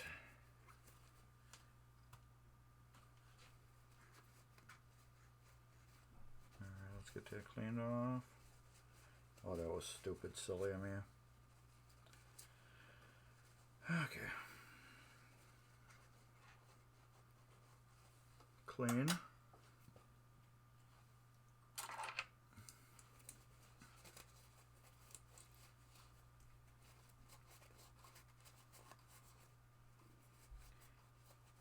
Cleaner.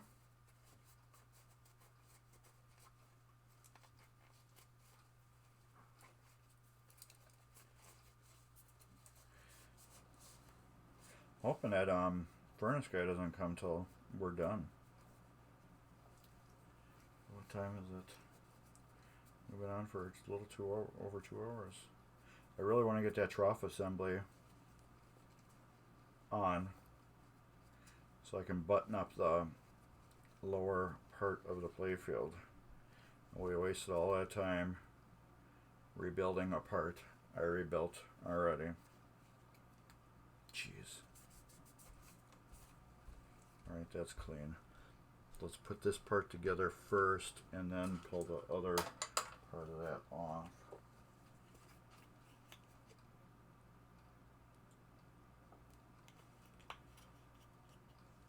A little lube on there.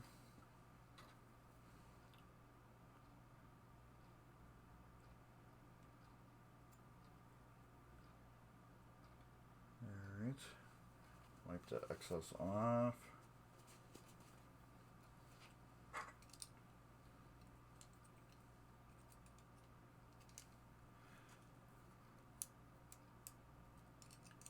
Go like that. How does that go now? Like that. Get that, and then we need to clean this hairpin off. The hairpin's got a lot of grease on it. Because that actually is a pivot point, the hairpin. Because it holds tight up against there. So we don't want any of the old grease on the hairpin.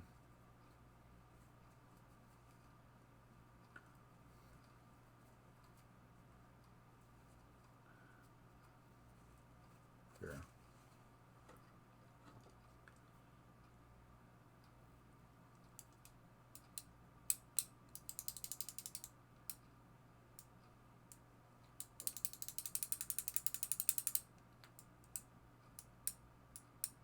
There we go.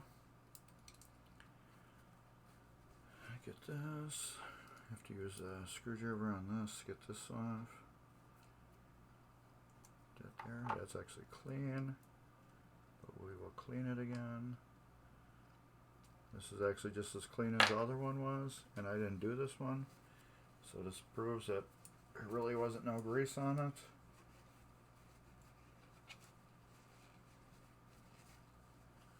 All right.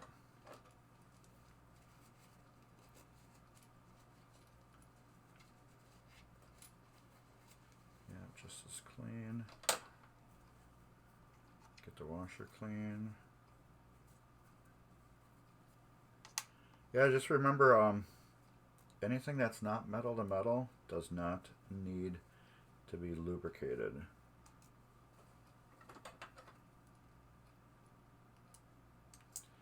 This can go on any way. There's no correct way because it spins. There.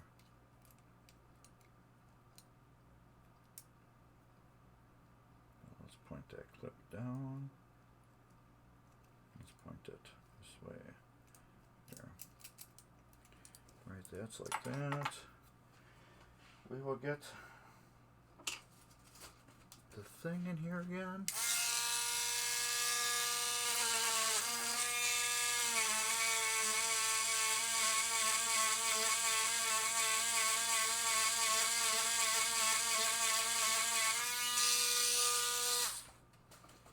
Yeah, I must have totally bent that when I pulled it up.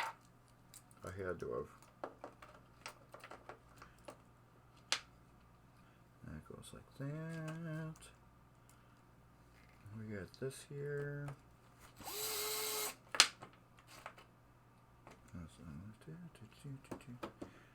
Spin you around. You spin me right round, baby, right round.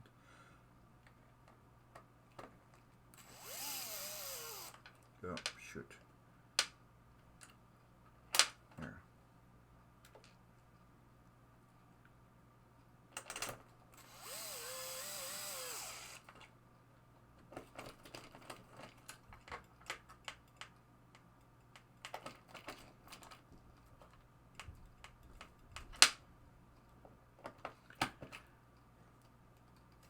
Okay.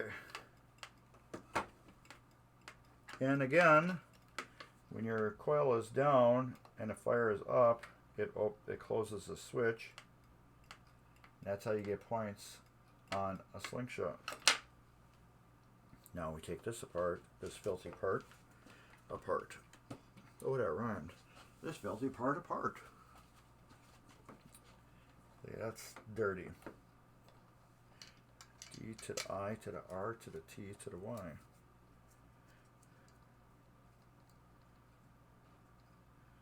Get these screws here.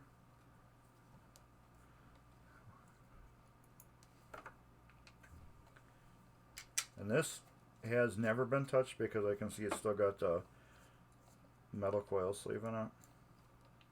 That's why when I seen that one and I seen a plastic coil sleeve, I'm like, whoa, wait.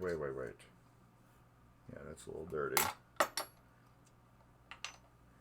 And ta-da, metal.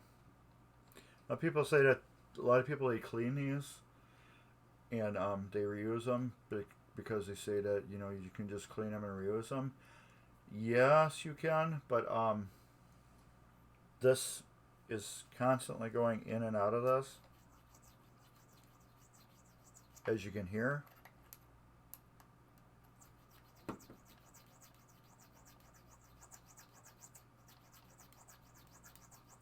You're hearing that noise, that's because this is war on the inside. You're metal to metal too.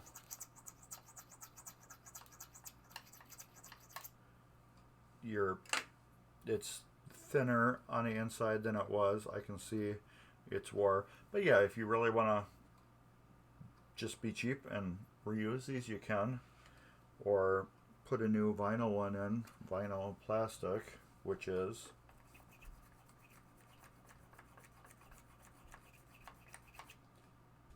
pretty quiet, plus the plastic is kind of like a lubricant almost. Instead of metal to metal, it's metal on plastic.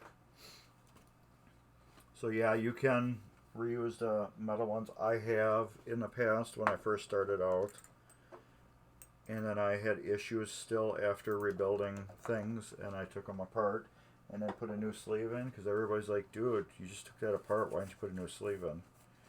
And then when I put the new sleeve in, magically it worked correctly. Imagine that. So ever since then, I replaced all the sleeves, except for the big giant coils that are like that long for like reset banks. I don't replace them unless I can see there's a ton of physical wear inside them. Usually those things last forever. They don't go bad.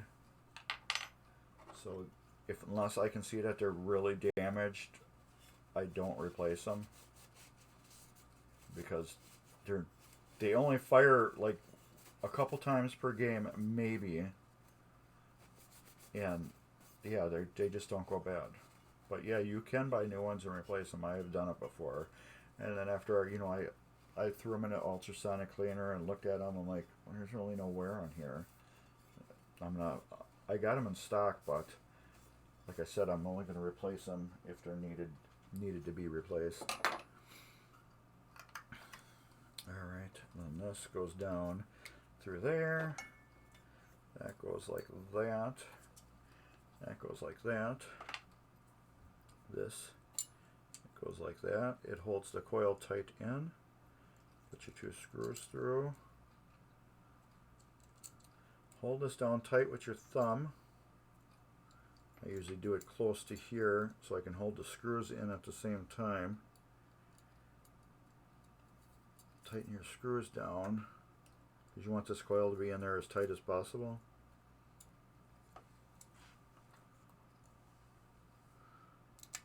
Now I'm holding the stop body down.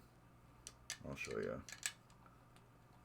I'm squeezing from here, and on this metal piece right here, I'm squeezing them tight so this coil doesn't slap back and forth inside there.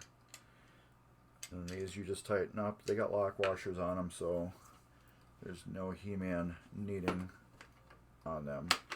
This goes like this. This will go back up into the coil like that. Make sure you have no binding when you put this back together. It should have a good snap to it because of that spring. Get your screws. I like holding this down tight because that spring, it isn't a very strong spring, but it can move on you just a little bit. And if it ends up laying the wrong way, you can get a little bind. So I do like holding that down.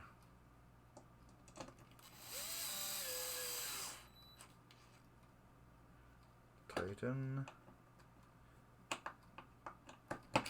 Tighten. And tighten. And then let's check it. Oh, that's so much better. Now I gotta do that one. Perfect. Okay, those are all done. I think everything underneath the playfield's done, except for these two screws will have to go into the trough. So let's flip this over. Put my tools over here. I'm only going to need a couple of them. We'll have to move the camera again. Oh, what was that? A tool. Any other ones? No more surprises? Oh, I forgot.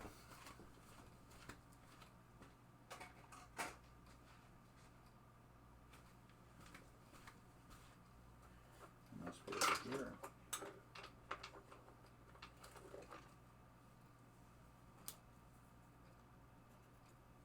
There.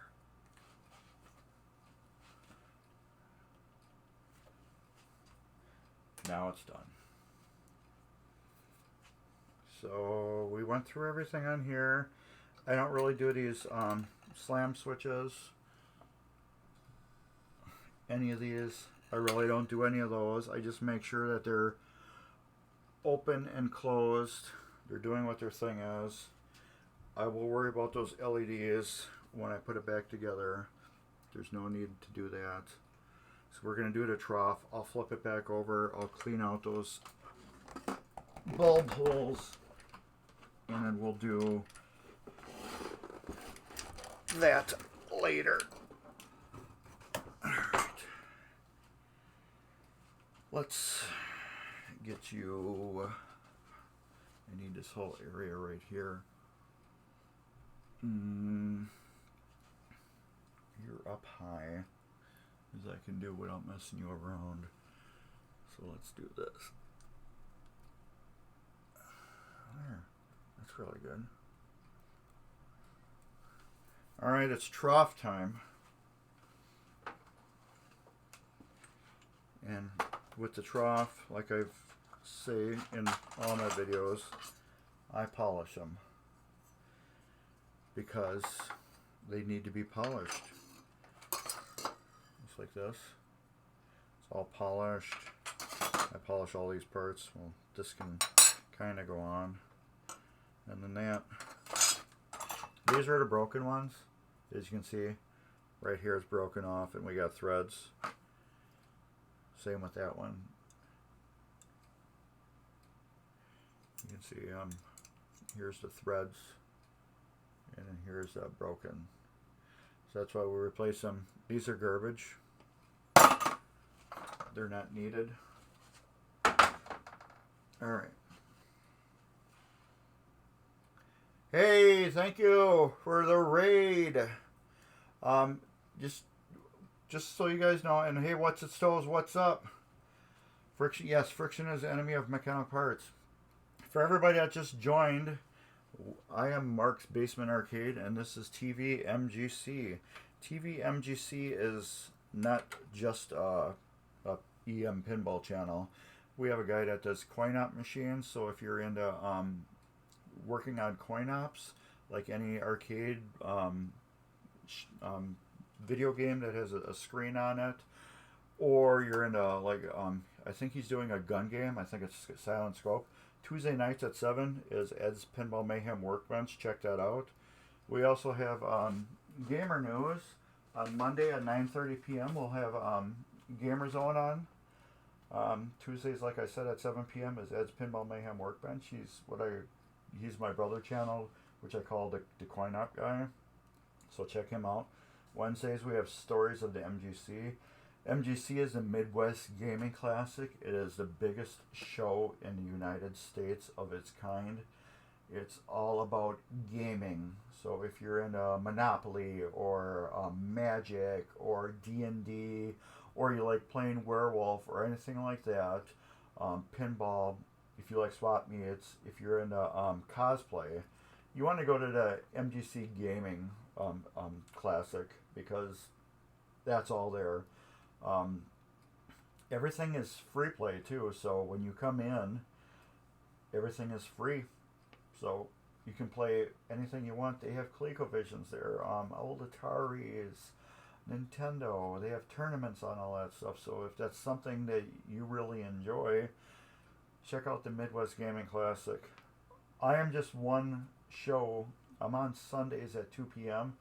But since it was the 4th of July and we had the Midwest Gaming Classic game nights, Friday, Saturday, and Sunday morning, I was just trashed from staying up so late. So I just did a happy 4th of July on Sunday, and that was it. And I said I would be here on Monday, which we are. So that's Fridays at 9:30 p.m. is Late Night Leveling. That's another show. He's does more like computer, like racing and some other games he does. I can't remember, but he's really cool. And then, like I said, Sunday at 2 p.m. I'm on here, Mark's Basement Arcade, EM, and Chat Repair. And then Sundays at 9 p.m. is Theme Parks, FECs, and Arcade. FEC is Family Entertainment Center. That's one of the owners of the show. He does that, and then he tells you all about what's coming up, things you missed, things you might miss, all that really cool stuff.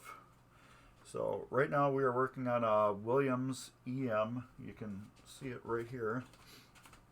This is called a straight flush. It's a one player. I did a complete shop job on it. As you can see, the playfield, there's nothing on it, and I'm just starting to put everything back together now. I'm working on the ball trough now, getting this back together. I'm just explaining why I polish these pieces. I'm not like the best polisher in the world, but these look like this. And as you can hear that, that's rough. And this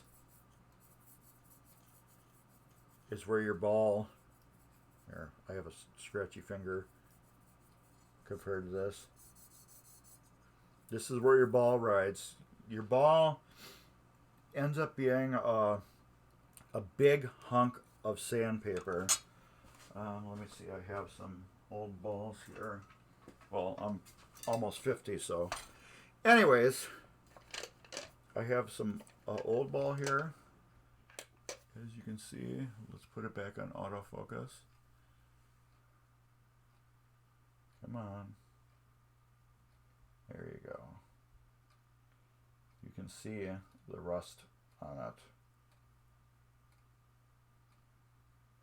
That is bad. When that rolls on your playfield, that is a ball of sandpaper. And here's a good one. Mirror finish. Well, this one does have rust on it. You can see, but this is more like what it should look like. Here. This isn't a very bad one. Did I bring my other ones down here? These are all my bad balls I collect. This one's better. It's a better example.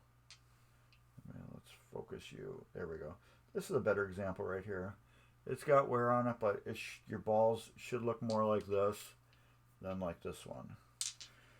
They should be perfectly smooth, no pits or anything on them, and if they are, you throw them in your sauerkraut can and you get new balls. This way, oh here, I have some brand new ones here. Why didn't I show you these ones? Here's a brand new one. That's perfect. Let's focus. There we go. Here's a perfect one. No nothing on it. Except for a little dirt that, because they come coated in oil, you have to wipe off. But that's a clean ball. When that rolls on around on a playfield, it will not damage it. It'll keep it clean. But like I said, you want to start where the ball is going to get some of the most damage here is in this trough. So when you rebuild a machine, you should polish this stuff so when the ball is rolling on top of this, it's not tearing everything apart. Alright, now I need to get all my screws out for this. I'm hoping I use all the right screws, so I don't have my phone on me, because we're having a furnace guy come today, so I need my wife to have the phone for when he calls.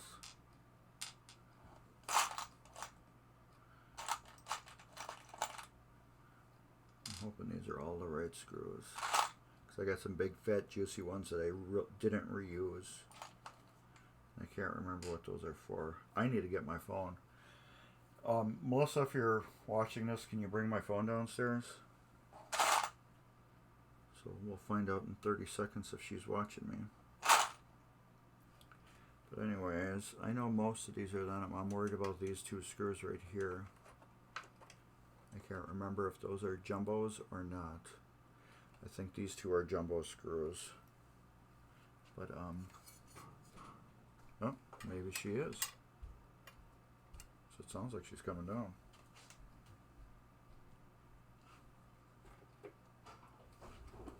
Oh, yeah, she's watching me. She's one of my viewers.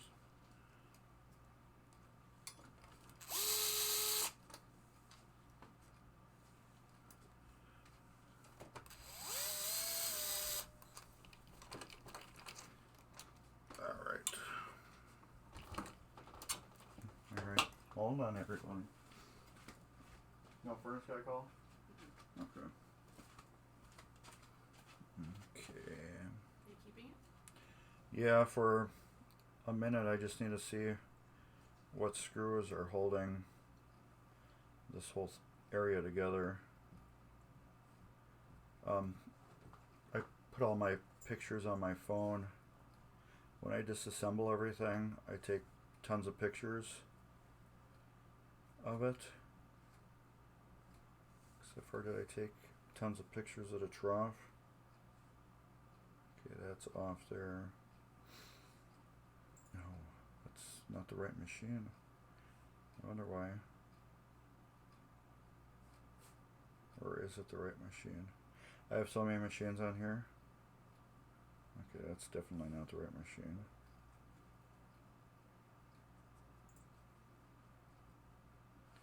Or did I not take pictures of the trough? Which I probably didn't, because they were probably all the same screws then.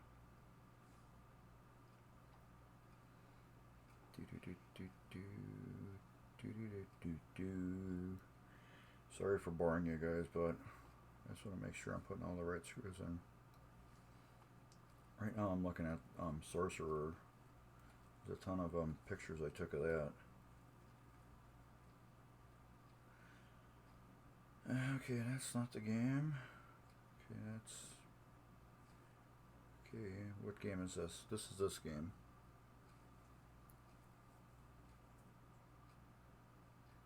Okay, I did take a picture of that funky bracket. There's a little funky bracket that goes right over here. Well, you can't see, but right around over here is a funky bracket. So I took pictures of that, but I didn't take pictures of the trough. So that means all those screws were exactly the same. This is like the biggest picture I have of the trough with the apron on. I didn't even take a video of it. Alright, so let me get past that and see if I left it on and then took it off later. I might have. So I've been working on this game for probably close to 3 months. This is just a Sunday game. Nope, that's Sorcerer. this is just a Sunday game that I do on my streams. So I might have took it apart at a later date. I don't think so. No, I know I didn't. Okay, here's the phone back. Alright, so yeah, all these screws must be exactly the same then. They must all be exactly the same if I didn't take pictures of them. So, they're all the same screw. That makes it easier. Because sometimes these screws here that hold these down are really like fat-headed screws. Like, where are they? There's like 2 in here, right here. These giant ones. And I believe I took these out of a mech and replaced them with the correct screws because those were wrong. I probably should have just threw them out, but I didn't.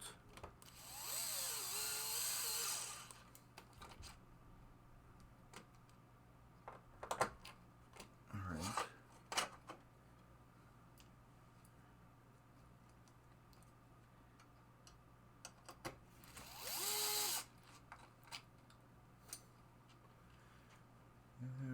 Okay. The trough's almost back together.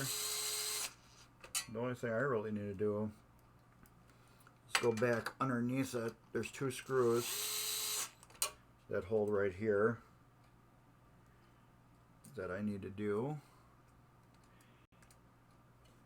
And then I got to clean up the inserts that are back here. I did these inserts, but there's 5 on the top I have to clean out with a Q-tip. And then I have to get those new LEDs in there. I think that's it. This piece goes on right here. But I really want to polish those screws, but I'll put it back on anyways.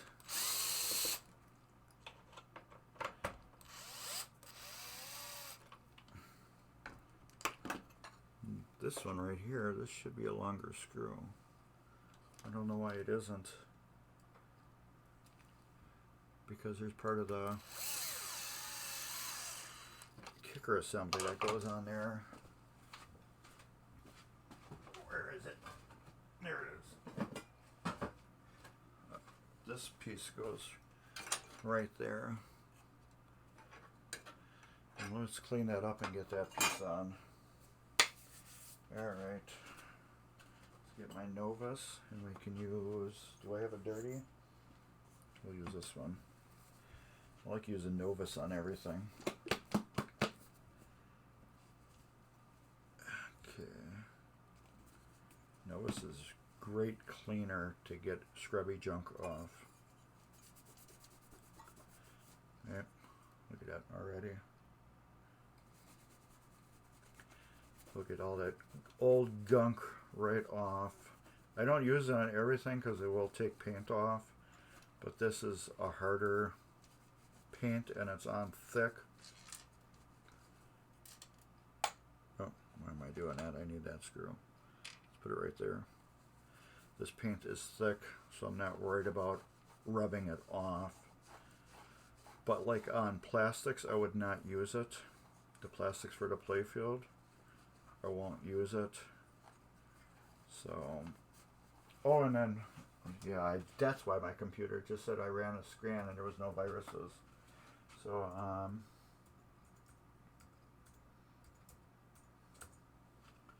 so if anybody is just lurking watching the channel and you like it, please follow. And if you're following and you have Amazon Prime, you can use that link. That link will show you how to subscribe for free. And we appreciate all followers and subscribers. So we're a free channel, so yeah, you don't have to join, follow, or subscribe to chat. I mean, well, follow or subscribe to chat. I know there's some that I've been on, re-rated, and the only way I could chat was to join them, and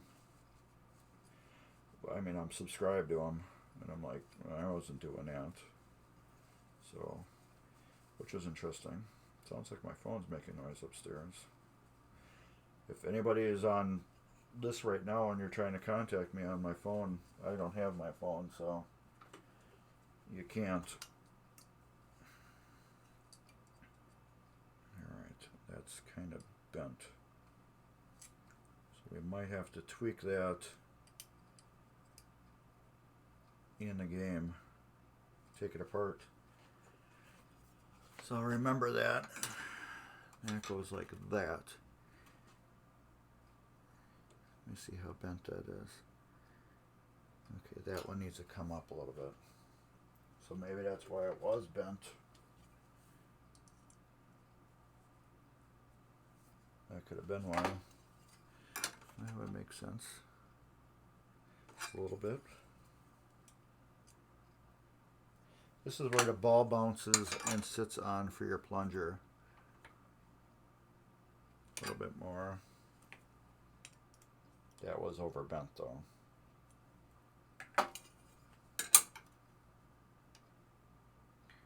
And there, that's perfect. Like I said, I don't know why this screw is short. It shouldn't, I don't feel it should be. I feel that screw should be a little bit longer. These, I believe, should be fatter head screws. And I bet you they are. Yep. So they went in without no issues. There should be one more. Here. They went in with no issues.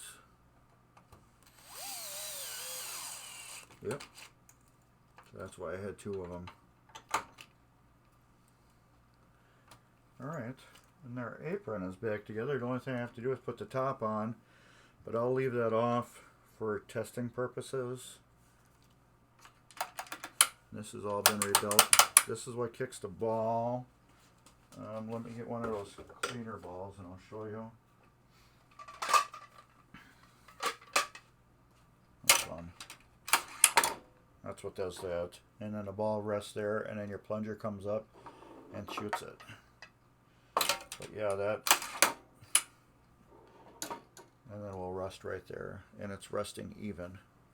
So this is why I polish it. Because if this is baked out and dirty, this is where your ball's riding on.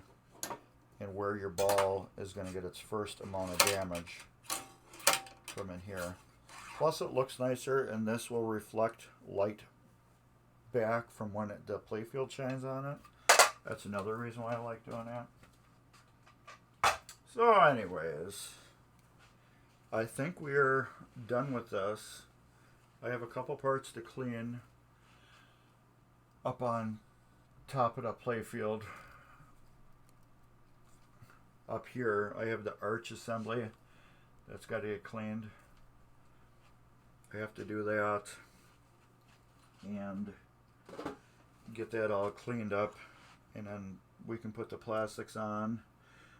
After we get off the air, I'm going to go through and clean all these contacts on here and then re-wipe the playfield back down. And I think that'd be about it. So,